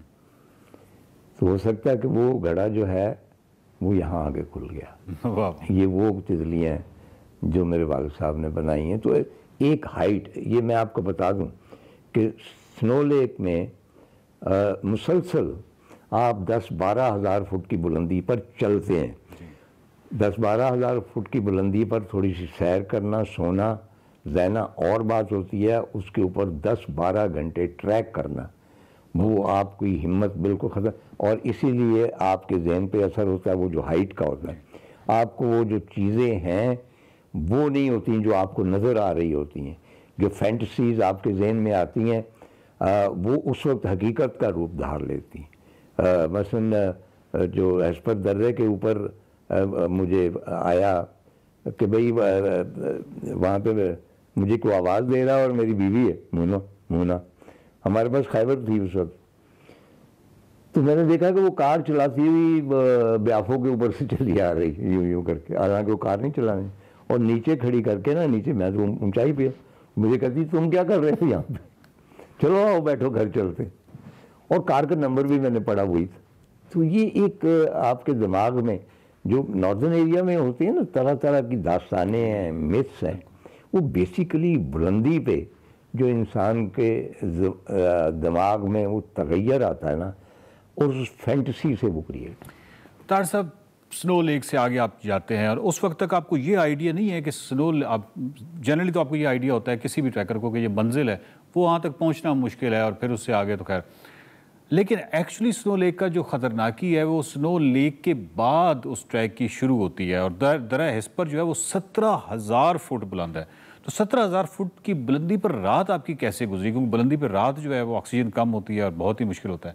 इवन 12-14 हज़ार फुट की बुलंदी पर भी जो रात गुजारना एक अजाब होता है। तो ये तो बहुत ही बुलंद दर्रा था दर्रा हेस्पर, कैसे गुजरी रात आपकी? अच्छा, एक तो वही स्नो लेक का हम इख्तिताम करते हैं कि स्नो लेक ने बड़ी मेहरबानी की, उसने अलाउ किया कि हम आ जाए, क्योंकि साल में उस ज़माने में 2-3 एक्सपीडिशन जाती थी तो अक्सर वो वापस आ जाती थी, क्योंकि मौसम ख़राब हो जाता था, बर्फ़बारी शुरू हो जाती, या फिर एक एक्सपीडिशन वापस आई तो उसने मुझे बताया, जो ट्रैकर था, उसने कहा सर तो आप कहते हैं बिल्कुल प्लेन थी स्नो लेक, हम जब गए हैं तो इतनी दरारें थी कि आप उसको क्रॉस ही नहीं कर सकते थे। अच्छा। तो ये हम मतलब है कि हम पे ख़ास फजल होता है कि अच्छा दर्रा हेस्पर के ऊपर रात हम दोपहर के ऑलमोस्ट पिछले पैर पहुंच गए थे, उस वक्त तो गर्मी थी। वो जब हम ऊपर गए हैं तो हमारा ख्याल था कि हमारे मंजिल हमने तय कर ली, स्नो लेक नीचे है, अब आगे वापसी का सफ़र है। वापसी का नहीं है, जैसा कि मैंने अर्ज़ किया कि असल टफ सफ़र जो है वो हेस्पर के बाद शुरू होता है, पहला निस्बतन आसान। तो जब हमने देखा है उसका ह्यूज मैस दर्रा हेस्पर का, ग्लेशियर का, और उसमें से एक दरिया भी निकल रहा है, तो हम तो हवास वाख्ता हो गए कि भाई यहाँ से जानना है कि हम किस तरह इसको पार करेंगे। तो बाहर तो वही फैसला हुआ कि सुबह सवेरे निकलेंगे। तो वहाँ पे बर्फ़ में ही खोदे हमने, गड्ढे खोदे और उसके अंदर खैमे लगाए ताकि आधा खैमा बर्फ़ से ढक जाए, तो उसमें जिस तरह इग्लूज होते हैं जी। और वो रात जो थी वो ठीक गुजर गई। मुझे अल्लाह ताला ने अच्छी सेहत से नवाजा हुआ, अब भी नवाजा हुआ। फेफड़े मेरे मजबूत हैं और वो फेफड़ों का ही काम है सारा, क्योंकि वो जो हाइट थी वो ऑलमोस्ट डेथ जोन होता है कि आपके फेफड़े फट सकते हैं, तो सांस लेने में ज़ाहिर दिक्कत होती। लेकिन उसमें एक जो दिलचस्प वाक़या हुआ कि मैं वो सारा पूरा कपड़े बदलने का सवाल ही नहीं पैदा होता, कपड़े उतारे किस तरह जा सकते हैं उस सर्दी में, मतलब वो जो भी पहना हुआ है उसी के साथ ही मैं स्लीपिंग बैग में, और वो सांस आ रहा है और स्लीपिंग बैग में अंदर जाने के लिए 3-4 मरतबा सांस ले के दुरुस्त करके फिर एकदम नहीं आ। तो अब मैं लेटा हुआ हूँ और एक टॉर्च है छोटी सी खैमे की जल रही, और मैं अपने बच्चों की तस्वीरें ले के गया, तो वो भी लटकी हुई। वो आप हमेशा पास रखते हैं, आपको कुछ पता नहीं होता, आप मिस भी करते होंगे। तो मैंने देखा कि ऊपर खैमे से ना ठीक वक्फे वक्फे से बर्फ़ गिर रही है पाउडर की सूरत। वो गिरती है मेरे मुंह पे, और वो मुंह पे गिरते ही ज़ाहिर है को गीला मेरा मुंह हो जाए। मैं कहता हूँ ये कहाँ से आ रही? थोड़े से वक्फे के बाद फिर वो सुफूफ जो है बर्फ़ का, तो ज़ाहिर है कि उसमें छेद भी नहीं है, मतलब बार बर्फबारी भी नहीं है। तो मैंने वो पोर्टर जो था, वो सियाना पोर्टर जो था, उसको आवाज़ दी। ऊपर एक किचन टेंट में बैठे हुए, वो आया, कहने लगा जी साहब। मैंने कहा यार ये हो रहा है मेरे साथ, ये क्या हो रहा है, कहाँ से आ रही है बर्फ़? कहने लगा साहब आप इस सीधा लेटा हुआ है ना, आप जब सांस लेता है तो आपका सांस टकराता है टेंट से, वो माइनस है वहाँ पे 30 या 40, वो बर्फ़ में बदल जाता है, वो ही आपके ऊपर गिर रहा है। ये आपका सांस है जो बर्फ़ बन के, तो आप करवट बदल के लेटे। तो फिर मैं करवट बदल के लेटा। तो रात मुश्किल थी। एक किसी ने बड़ी अच्छी हमें सलाह दी कि अपने बूट हर चीज़ अंदर रखना। एक साहब भूल गए, सुबह उठे तो जुराबें लोहे की बनी थी, बूट भी वो नहीं पहन सके क्योंकि वो थॉ नहीं हो रहे थे, they became solid minus temperature में। तो वो उसके बाद जो थी सुबह सवेरे हम चले, जिस तरह मैंने बताया कि बर्फ़ के पिघलने से पेशतर, नरम होने से पेशतर, तो हमने दर्रा जो है हस्पर वो क्रॉस किया।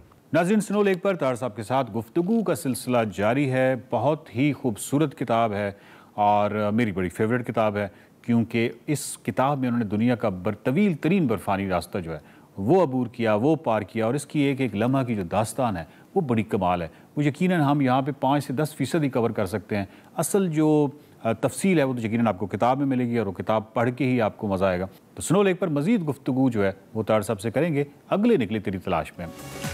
देखते रहिए निकले तेरी तलाश में।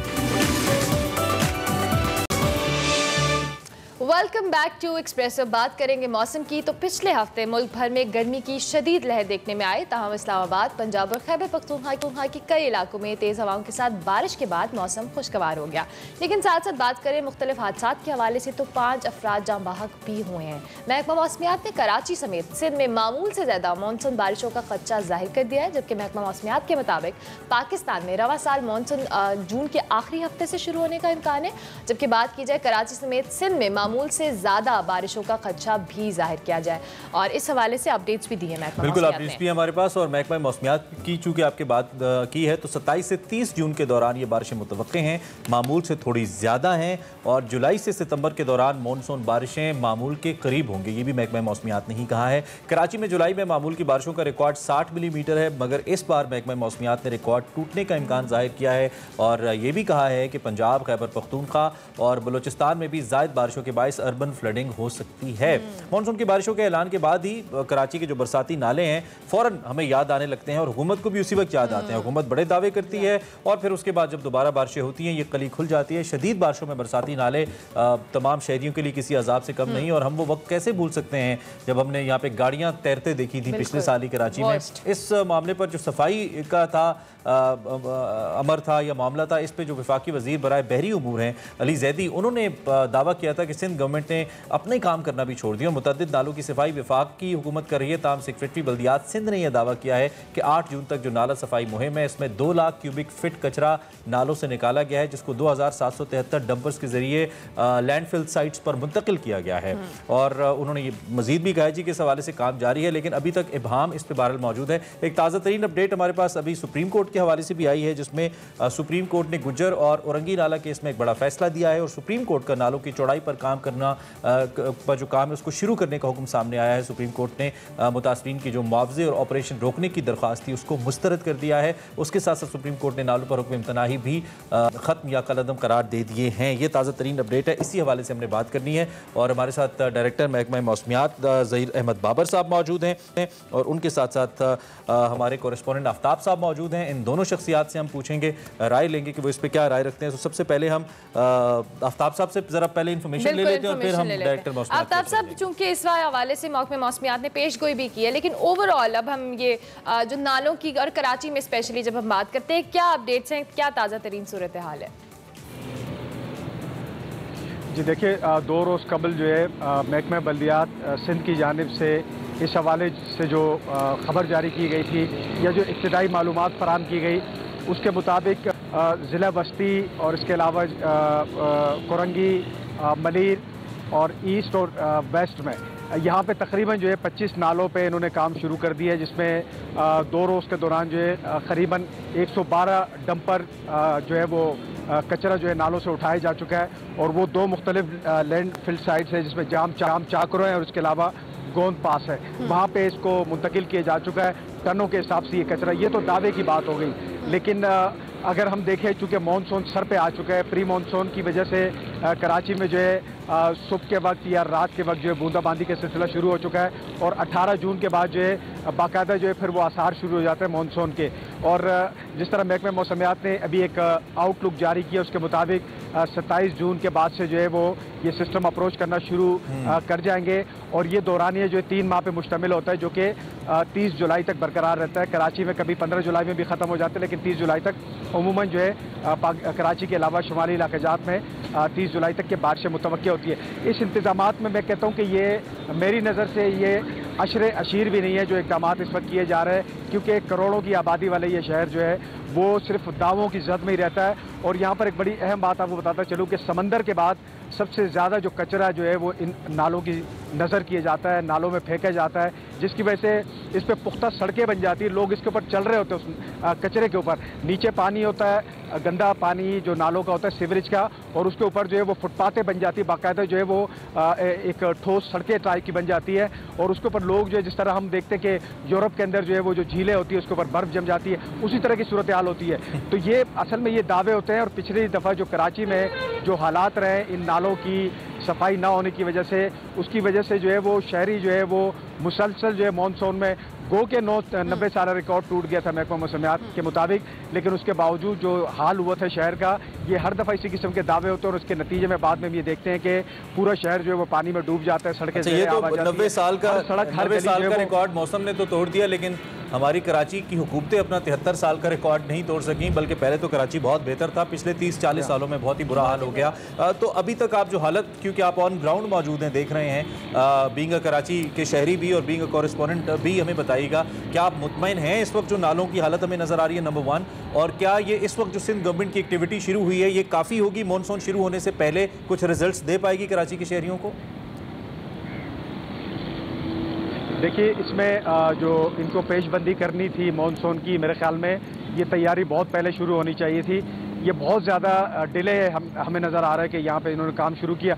अगर इनके दावे जो है वो उसको ठीक भी मान लिया जाता है, लेकिन आप ये देखें कि अभी बहुत थोड़े दिन रह गए और उन थोड़े दिनों में जो है वो किस तरह ये करेंगे। इतने बड़े आप गुजर नाले को देख लें, आप औरंगी नाले को देख लें, ये तवीलो अरीज नाले और उससे जुड़े जो है ये 4 नाले जो है शहर के बड़े नाले, और उसके साथ जो है सैकड़ों की तादाद में ब्रांचेज है जो मुख्तलिफ छोटे बड़े नाले हैं। तो ये इसको साफ करना जो है ये इतना आसान काम इनके लिए भी नहीं होगा, और इसके नतीजे में चूँकि ये जब सूरत हाल पैदा होगी और मानसून की बारिशें अगर पिछले साल की तरह होती है तो उसके बाद जो है वो सूरत हाल वही होगी जो हम पिछले साल भी मानसून पे देख रहे थे। यहाँ पे जो है नालों की सफाई के अलावा चूंकि मशीनरी तो हमें नजर आनी चाहिए एटलीस्ट ना सड़कों के ऊपर, नालों के ऊपर, तो वो हमें नजर नहीं आ रही है। ठीक हो गया। आप हमारे साथ ही मौजूद रहिएगा, हम आपसे और भी बात कर डिस्कशन करेंगे। हम एक ब्रेक लेनी है, ब्रेक के बाद हमारे जो कॉरेस्पॉन्डेंट है नासिर भट्ट साहब वो भी हमें ज्वाइन करने वाले हैं, बिल्कुल उस हवाले से भी बात करेंगे। महकमा मौसमियात के जो डायरेक्टर उनसे भी बात होगी, लेकिन एक ब्रेक के बाद आप देखते रहिए एक्सप्रेसो।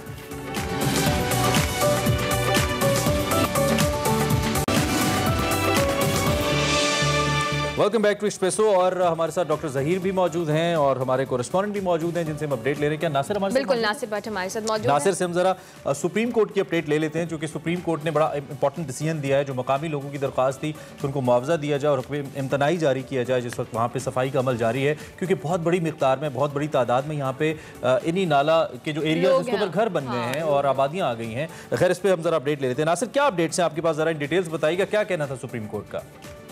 देखिए, आज सुप्रीम कोर्ट में कराची डिस्ट्रिक्ट में chief justice of Pakistan justice Gulzar Ahmed की सरबराही में 3 रुकनी बेंच जो है वो इस वक्त गुज्जर नाला के हवाले से जो है वो समाअत कर रहा था, और उसमें जो है अदालत ने तजावुजात ख़त्म करने का हुक्म दिया है, जारी रखने का ऑपरेशन जो है तजावुजात के खिलाफ जारी रखने का हुक्म दिया है। गैर कानूनी लीज की बुनियाद पर ऑपरेशन नहीं रोका जा सकता, सुप्रीम कोर्ट का यह कहना था। चीफ जस्टिस ऑफ पाकिस्तान ने ये रिमार्क्स दिए कि नालों पर लीज आखिर दी किसने है, जिस पर एडवोकेट जनरल ने कहा कि मुख्तलिफ वक्तों पर मुख्तलिफ लोगों ने लीज दी है। चीफ जस्टिस ने इस पर रिमार्क दिए कि ये सब हुकूमत की जिम्मेदारी बनती है, उसकी जिम्मेदारी है कि वो ये तमाम तर चीज़ें देखे, लीज देने में हुकूमती इदारे जिम्मेदार हैं। एडवोकेट जनरल ने इस पर रिमार्क जो मौक़िफ़ इख्तियार किया उसमें ये कहना था कि कोशिश है कि कम से कम घर तोड़े जाएं, कम से कम घर तोड़े जाएं, नालों को दोबारा रीडिज़ाइन किया गया है। चीफ जस्टिस ऑफ पाकिस्तान ने रिमार्क दी कि किस कानून के तहत SPCA ने कब्जे जो हैं वो होने दिए, जिस पर फैसल सिद्दीकी एडवोकेट जो दरखास्त गुजारों के वकील थे, उनका कहना था कि सुप्रीम कोर्ट के फैसले की गलत तशरीह की जा रही है। सुप्रीम कोर्ट ने नालों के अतराफ सड़क बनाने का कोई हुक्म नहीं दिया। घरों की लीज की KDA कच्ची आबादी KMC ने दी है। मुतासरीन जो हैं वो इसमें जो हैं वो जद में आ गए हैं। सड़क जस्टिस इजाजुल हसन का ये कहना था कि सड़क बना रहे हैं तो उसकी मंजूरी तो कानून के मुताबिक होगी, जिस पर एडवोकेट जनरल का ये कहना था कि नाले की अराजी सड़क बनने के बाद भी बचेगी। चीफ जस्टिस ऑफ पाकिस्तान ने इस पे ये भी रिमार्क्स दिए कि आप अपनी लीजें देखें सब जाली होंगी।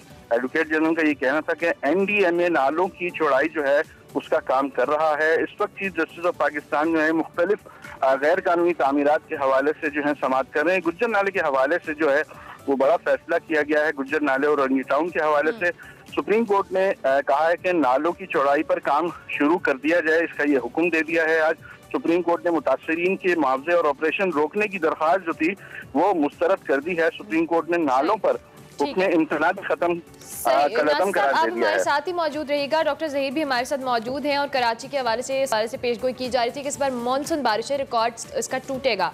डॉक्टर साहब बहुत शुक्रिया कि आपने एक्सप्रेसो में ज्वाइन किया। इस हवाले से हमें ज़रूर अपडेट कीजिएगा, क्योंकि जो भी महकमा मौसमियात ने इस हवाले से प्रिडिक्ट किया है, क्या पेशगोई है?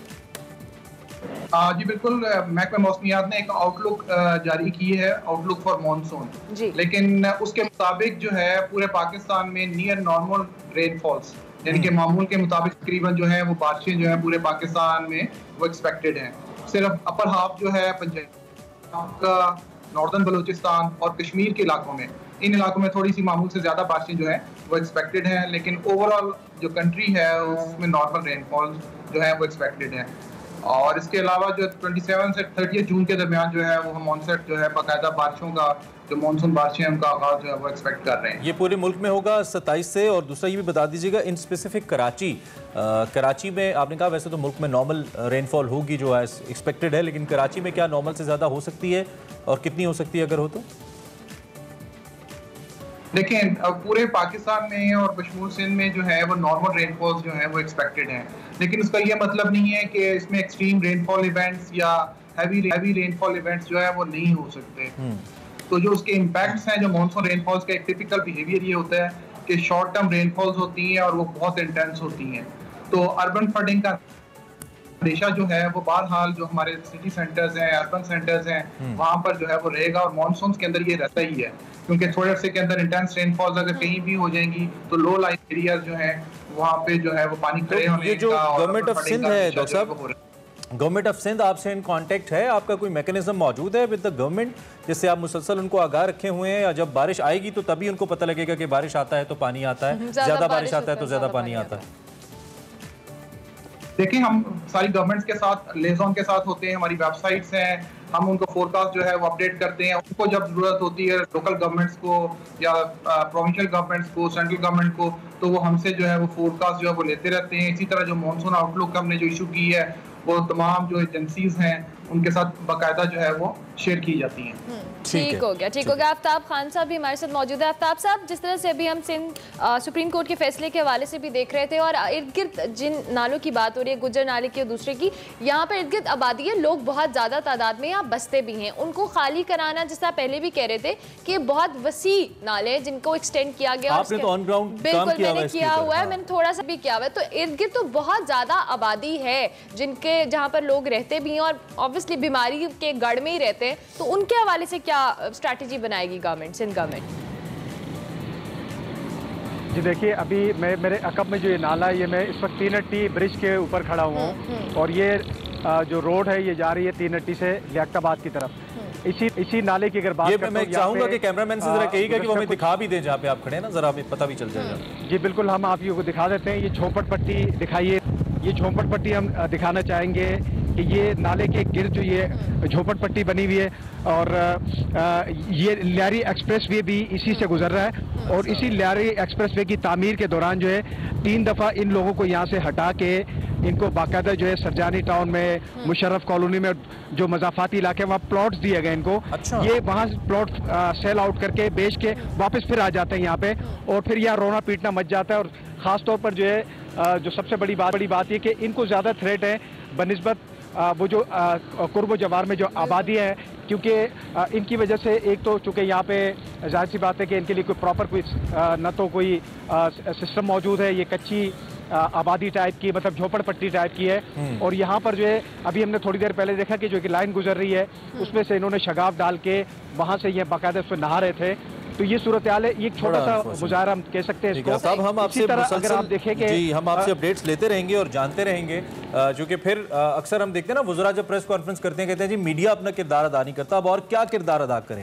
आपको मुसलसल बता रहे हैं कि ये आने वाला है, ये होने वाला है, महकमा मौसमियात भी बता रहा है, हमारी रिपोर्टिंग टीम भी बता रही है, तो प्लीज कुछ करें वरना फिर वही। लेकिन फिर वो ज्यादा बारिश होती है तो नहीं, बारिश होती है तो पानी आता है, ज्यादा बारिश होती है तो ज्यादा पानी आता है और एंड पे ये स्टेटमेंट आती है। बहुत शुक्रिया आफ्ताब साहब आपका भी, इसके साथ साथ डॉक्टर ज़हीर हमारे साथ मौजूद थे, डॉक्टर हमारे साथ मौजूद थे, आप तीनों का बहुत शुक्रिया। इस पर हम और सुप्रीम कोर्ट का ये अच्छा फैसला है, बिल्कुल हम इस पर डिस्कशन मजीद और करते रहेंगे। अगर टाइमली इस पे हो जाता, वाली ज़ैदी साहब नजर नहीं आ रहे, एकदम तीनों ने कहा था 3 दिन में मैं कचरा उठा दूंगा। एक तो हम सबको ट्विटर ट्रेंड पे आने का शौक है, अवाम भी खैर कितना रिस्पॉन्सिबिलिटी का मुजाहरा करिए वो भी हमने देख लिया, अवाम ने गैर कानूनी आबादी यहाँ पे लेके आई है, लेकिन कहीं ना कहीं से कोई NOCs तो आए होंगे ना। खैर ये बहुत लंबी कहानी है, हम तो कभी कभी थक जाते हैं, कहते खुलेगी तो बहुत दूर। अब देखते हैं, अल्लाह करे कम बारिश हो और कम पानी आए। ब्रेक लेते हैं, ब्रेक के बाद आते हैं। Welcome back to Espresso with a beautiful song that you just heard. It's not just a song, it's not just a normal song. ये वो गाना है जो चाइल्ड लेबर के अगेंस्ट जिसने अवार्ड हासिल किया international music against child labour award 2021 इस गाने ने और इसके सिंगर फराज अहमद ने अपने नाम किया है। और ये कैसे हो सकता है कि अगर कोई पाकिस्तानी कहीं पे जाके कुछ आउटस्टैंडिंग करे और वो एक्सप्रेसो का हिस्सा ना बने। आज हमने इसीलिए फराज को मधु किया अपने स्टूडियोज़ के अंदर। थोड़ा सा अगर हम चाइल्ड लेबर के हवाले से बात कर लें तो पाकिस्तान, भारत, बांग्लादेश या सब कॉन्टिनेंट के जो ममालिक हैं, ये बहुत बड़ा मसला है और इंसान जब कुछ करने की ठान ले तो मंजिल मकसूद पर पहुंच जाता है। वैसे तो ऐसा कहा जाता है लेकिन बहुत सारे लोग इसको करके दिखाते हैं और ऐसा ही कुछ फराज अहमद ने किया है जिनके हवाले से हमने आपको बताया। तो पाकिस्तान पाकिस्तान में इस वक्त just reading 3.3 million is the number जो कि फोर्स किए जाते हैं चाइल्ड लेबर के लिए, और जो वॉलंटरीली कर रहे हैं वो अलहदा है इसके हवाले से। It's a big number. और फराज के हवाले से तो आपको बता दें उन्होंने मुख्तलिफ प्लेटफॉर्म्स पर, म्यूजिक प्लेटफॉर्म्स पर जो कहने पर्दे के पीछे काम किया है, और ये अवार्ड उन्होंने अपने नाम किया और दुनिया में पाकिस्तान को रिप्रेजेंट किया। फराज इस वक्त हमारे साथ मौजूद है। Faraz, thank you so much for joining us in Expresso. सबसे पहले तो आपको बहुत मुबारकबाद कि आपने अवार्ड अपने नाम किया, पाकिस्तान को रिप्रेजेंट किया। हम आपको वेलकम करते हैं, और इसके साथ साथ इस अवार्ड के हवाले से हम ज़रूर अपने नाज़रीन को बताना चाहेंगे कि अवार्ड है क्या basically. Assalamu alaikum. Thank you so much for having me on the show. So first of all, I'd like to tell you about Music Against Child Labour. So this initiative, इसको launch किया गया था 2013 में by ILO, which is International Labour Organization. इस पूरे हिस्से में आपके पास FIM भी इन्वॉल्व है, जो कि फेडरेशन ऑफ म्यूजिशंस है, इंटरनेशनल फेडरेशन ऑफ म्यूजिशियन, जिसके अंदर ग्रैमी विनर्स हैं A.R. Rahman, Ralph Johnson, and more of such people. And then we do have the JM International, जो कि internationally competitions वगैरह को host कर रहे होते हैं। So JM International भी इसका part है। पाकिस्तान में इस initiative को lead किया था Little Art with Alhamra की collaboration के साथ। And so basically इस competition के दो मकासद हैं। One is definitely to create awareness against child labor, and second is to help eliminating it with my song and with the songs that were being submitted from the world. So उसके पीछे जो motive है वो यही है कि child labor को eliminate किया जाए। And yeah, that's the whole purpose of this competition. ऐसे जो गाने होते हैं, जो पर्पस ओरिएंटेड सॉन्ग्स होते हैं, उनके लिरिक्स बड़े इंपॉर्टेंट होते हैं और बड़ी रिस्पॉन्सिबिलिटी भी होती है when you are trying to create something like this. तो इसके पीछे क्या कोई ऐसा वाकया था जो आपने देखा, कोई ऐसी मोटिवेशन थी, या as an artist you know एक सेंसिटिव होता है आर्टिस्ट, तो आपने इसके ऊपर काम करने का फैसला किया? So basically अगर मैं इस गाने की आपको थोड़ी सी जर्नी डिफाइन करूँ तो हमें कुछ महीने पीछे जाना पड़ेगा उसके लिए। I think it was Feb और मार्च का कोई महीना था, and I came across this थोड़ा सा बच्चा दरख्त की छाँव में बैठा हुआ अपने कोई रोटी वोटी खा रहा था, और उसके हाथ और कपड़े वगैरह बिल्कुल फट चुके हुए थे, और जो एक बेसिकली हालत होती है एक बच्चे की। सो ये गाना बेसिकली उस बच्चे की फरियाद है ये, टू बी ऑनेस्ट। ये मैंने जो लिखा, जब मैंने कंपोज किया, ये कॉम्पोजिशन मैंने पहले बना ली थी। मैं अपने किसी एक और गाने के ऊपर काम करता था जो मुझे इस साल रिलीज़ करना था। अच्छा। तो ये कॉम्पोजिशन मैंने सोची उस वक्त थी, लेकिन ऑब्वियसली उस वक्त मेरे पास लिरिक्स नहीं थे, वर्ड्स नहीं थे इस गाने के लिए। एंड देन वो बच्चा मैंने देखा, एंड उस वक्त तक इस कंपटीशन का कोई जिक्र नहीं था। So there was nothing at all. I didn't know किस तरह का कोई कंपटीशन होने वाला है, इस तरह की कोई चीज़ होने वाली है। रैंडमली बस वो होता है कि एक चीज़ आपके दिमाग में रह जाती है और वो दिल में कहीं ना कहीं आपके चल रही होती है। So as an artist I had that in mind, and I always have a huge space in my heart for kids, to be honest. मुझे बच्चे पसंद बहुत ज़्यादा है।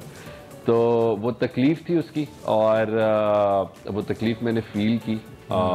और उसके बाद जब मुझे ये चीज़ पता चली तो trust me, I don't know how it happened, but ये लिरिक्स फॉर्म हुए और बहुत बड़ा काम कर गए आप। बहुत इम्पैक्ट किया, and definitely it worked with the world as well. But for me उसका एक बहुत बड़ा इम्पैक्ट था, and then I made the song and submitted the entry.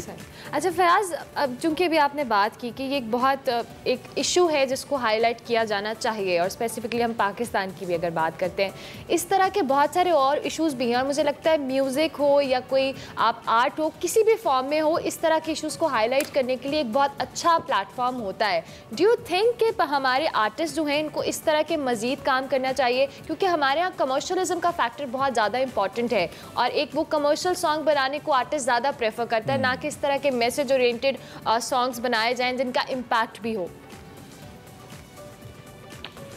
देखिए, for me if you talk about music, मेरे लिए music एक feeling है, एंड मुझे ये लगता है कि मैं सबसे अच्छे तरीके से अगर अपनी फीलिंग्स को एक्सप्रेस कर सकता हूँ तो दैट्स माय म्यूज़िक। एंड अगर उस चीज़ के अंदर मैं issues like child labor, and obviously we have definitely other issues in our society and globally भी वो exist करते हैं। So I think कि as a musician, I'm yes very fresh in the field, but those who are there मैं सबसे ये कहूँगा कि यार अगर आपका म्यूजिक कोई चीज़ पे किसी पे कुछ इम्पैक्ट कर सकता है then why not. I think that's a great initiative. Right, Faraz किसी Pakistani I was just reading about A.R. Rahman and then he obviously has the same narrative to the things and I think कि music एक बहुत global language है. आपका कोई barrier नहीं होता. आपको ज़रूरी नहीं है कि आपको कोई लैंग्वेजेस आनी चाहिए to understand the feeling. So I think yeah that's किसी आर्टिस्ट, क्योंकि अर्मिला ने जो सवाल किया मैं इसी को आगे बढ़ाते हुए, क्योंकि पाकिस्तान में कुछ आर्टिस्ट ने बड़ा इस पे काम किया हुआ है, जैसे शहजाद रॉय बहुत काम कर रहे हैं इसके ऊपर, जवाद अहमद ने तालीम के ऊपर बहुत काम किया, अबरारुल हक ने म्यूजिक कुछ ऐसा बनाया. वो इनके गाने का एक शेर मुझे याद आ रहा था, मैं नोट कर रहा था, धो रहा था कल जिसे अपने फटे कुर्ते के साथ कल वही बच्चा उसी गाड़ी के नीचे आ गया. तो ये भी चाइल्ड लेबर के ऊपर ही. तो कुछ आर्टिस्ट ने भी इस पे, आपकी इंस्पिरेशन थे कोई आर्टिस्ट पाकिस्तान में या दुनिया भर में कहीं पे? Well to be very honest, अगर मैं इनिशिएटिव को लेके बात करूं तो not really, because this was as I mention कि मैंने इसके ऊपर कोई रिसर्च नहीं की हुई थी या इस टॉपिक को मैं कोई एक दिमाग में लेके चल नहीं रहा था. It was a very random experience आप कह लें कि एक बस रोड पे चलते हुए आप एक चीज देखते हैं और वो तो आपकी इंस्पिरेशन एक्चुअली वही बच्चा था जिसकी तकलीफ आपने देखी. एग्जैक्टली. सो आई थिंक अगर मैं किसी को क्रेडिट देना चाहूंगा उस चीज का तो वो बच्चा है. एंड आई रियली होप कि we are just thankful to that बच्चा who made us to reach to such a big platform through you. बिल्कुल. अच्छा फराज, चूंकि हम आपसे सुबह सुबह फरमाइश तो कर सकते हैं कि आपने जो गाना गाया जिस पे इतना बड़ा अचीवमेंट आपको मिली, थोड़ी 2 लाइनें अगर आप हमें उसकी सुना दें. बिल्कुल. Thank you. आई थिंक इस गाने का जो फेवरेट पार्ट है मेरा, that comes at the second verse and it goes like, मेरी रातें सारी आंसू मेरे, दिनों में अंधेरा मेरी तकदीर में ना जाने है कि ना सवेरा, मुझको सुख ना मिला, मुझको कुछ ना दिखा, अब मैं जाऊं कहाँ, मैं तो तन्हा रहा, मुझको सुख ना मिला, मुझको कुछ ना दिखा, अब मैं जाऊं कहाँ, मैं तो तन्हा रहा. और वो जितना फील से आपने बनाया ना, वो फील इसके अंदर आ रही है. And I think the feel was the factor जिसने इस गाने को मुमताज किया बाकी गानों से. Faraz, it's such a great to have you, such a great player to have you. हम उम्मीद करते हैं कि आप ऐसा जो कंस्ट्रक्टिव म्यूजिक है वो करते रहेंगे. बाकी कमर्शियल तो चलता ही रहता है. तो great effort Faraz. Thank you so much for joining us in Expresso. Wish you best of luck. Faraz हमारे साथ मौजूद थे जिन्होंने international music against child labour award 2021 अपने नाम किया. अच्छा जी, म्यूजिक की बात हो रही है, आपको एक और वो तो करते क्या याद करेंगे आप? लेकिन एक छोटा सा मैसेज दे दूं, आपके आसपास वैसे बच्चे हैं, उनको जरा पूछ लिया करें और मे भी आपकी छोटी सी एफर्ट से वो बच्चे उस चाइल्ड लेबर से बच जाए, उनकी जिंदगी बेहतर ट्रैक पे चली जाए. एक छोटा सा मैसेज है, इसको जरूर ले लीजिएगा. अब आप बात करें जो इनकी बहुत एक फेवरेट वीडियो मार्केट में आई है. नहीं, अब आप मुकरे तो ना. अच्छा, हमने सिर्फ दिखानी है डोनाल्ड ट्रम्प की आज बर्थडे है और उनका एक चाइना का वेरिएंट ढूंढा. चाइना का नहीं, पाकिस्तानी वर्जन, लेकिन अच्छा है यार, साहिवाल का वर्जन. दिखाएं जरा, एक वीडियो सामने आई जिसको लोग रिलेट करें. शहजाद रॉय ने ये शेयर की थी. जरा दिखाइए जी क्या है इसमें, हम फिर आपको बताते हैं. पाकिस्तानी खोया पाके मक्खन पाके एक कुल्फी कुल्फी हाँ खोया हाली एक कुल्फी कुल्फी कुल्फी कुल्फी कुल्फी कुल्फी एक कुल्फी ये आगे से हिलरी क्लिंटन गुजरी थी आगे से. नहीं क्या क्या हो गया? आप तो बहुत ये कोई बग्गा साहब है, बड़े फेमस कुल्फी वाले साहिवाल में. हमें नहीं पता कुल्फी कैसे होती है, लेकिन गाना बहुत कमाल गाते हैं. सो हमने कहा सुबह hats off to you Bagga साहब. अगर आप हमें देख रहे हो तो आपसे इजाजत लेंगे. कल आपसे फिर मुलाकात होगी. आज हाँ, लेकिन अपने शो में तो कल होगी ना. मंडे अपना ही है. मैं कर लूं क्लोजिंग, मैं कर लूं. आपसे मुलाकात होगी कल. अल्लाह ओके, अल्लाह हाफिज. शाम को मिलेंगे.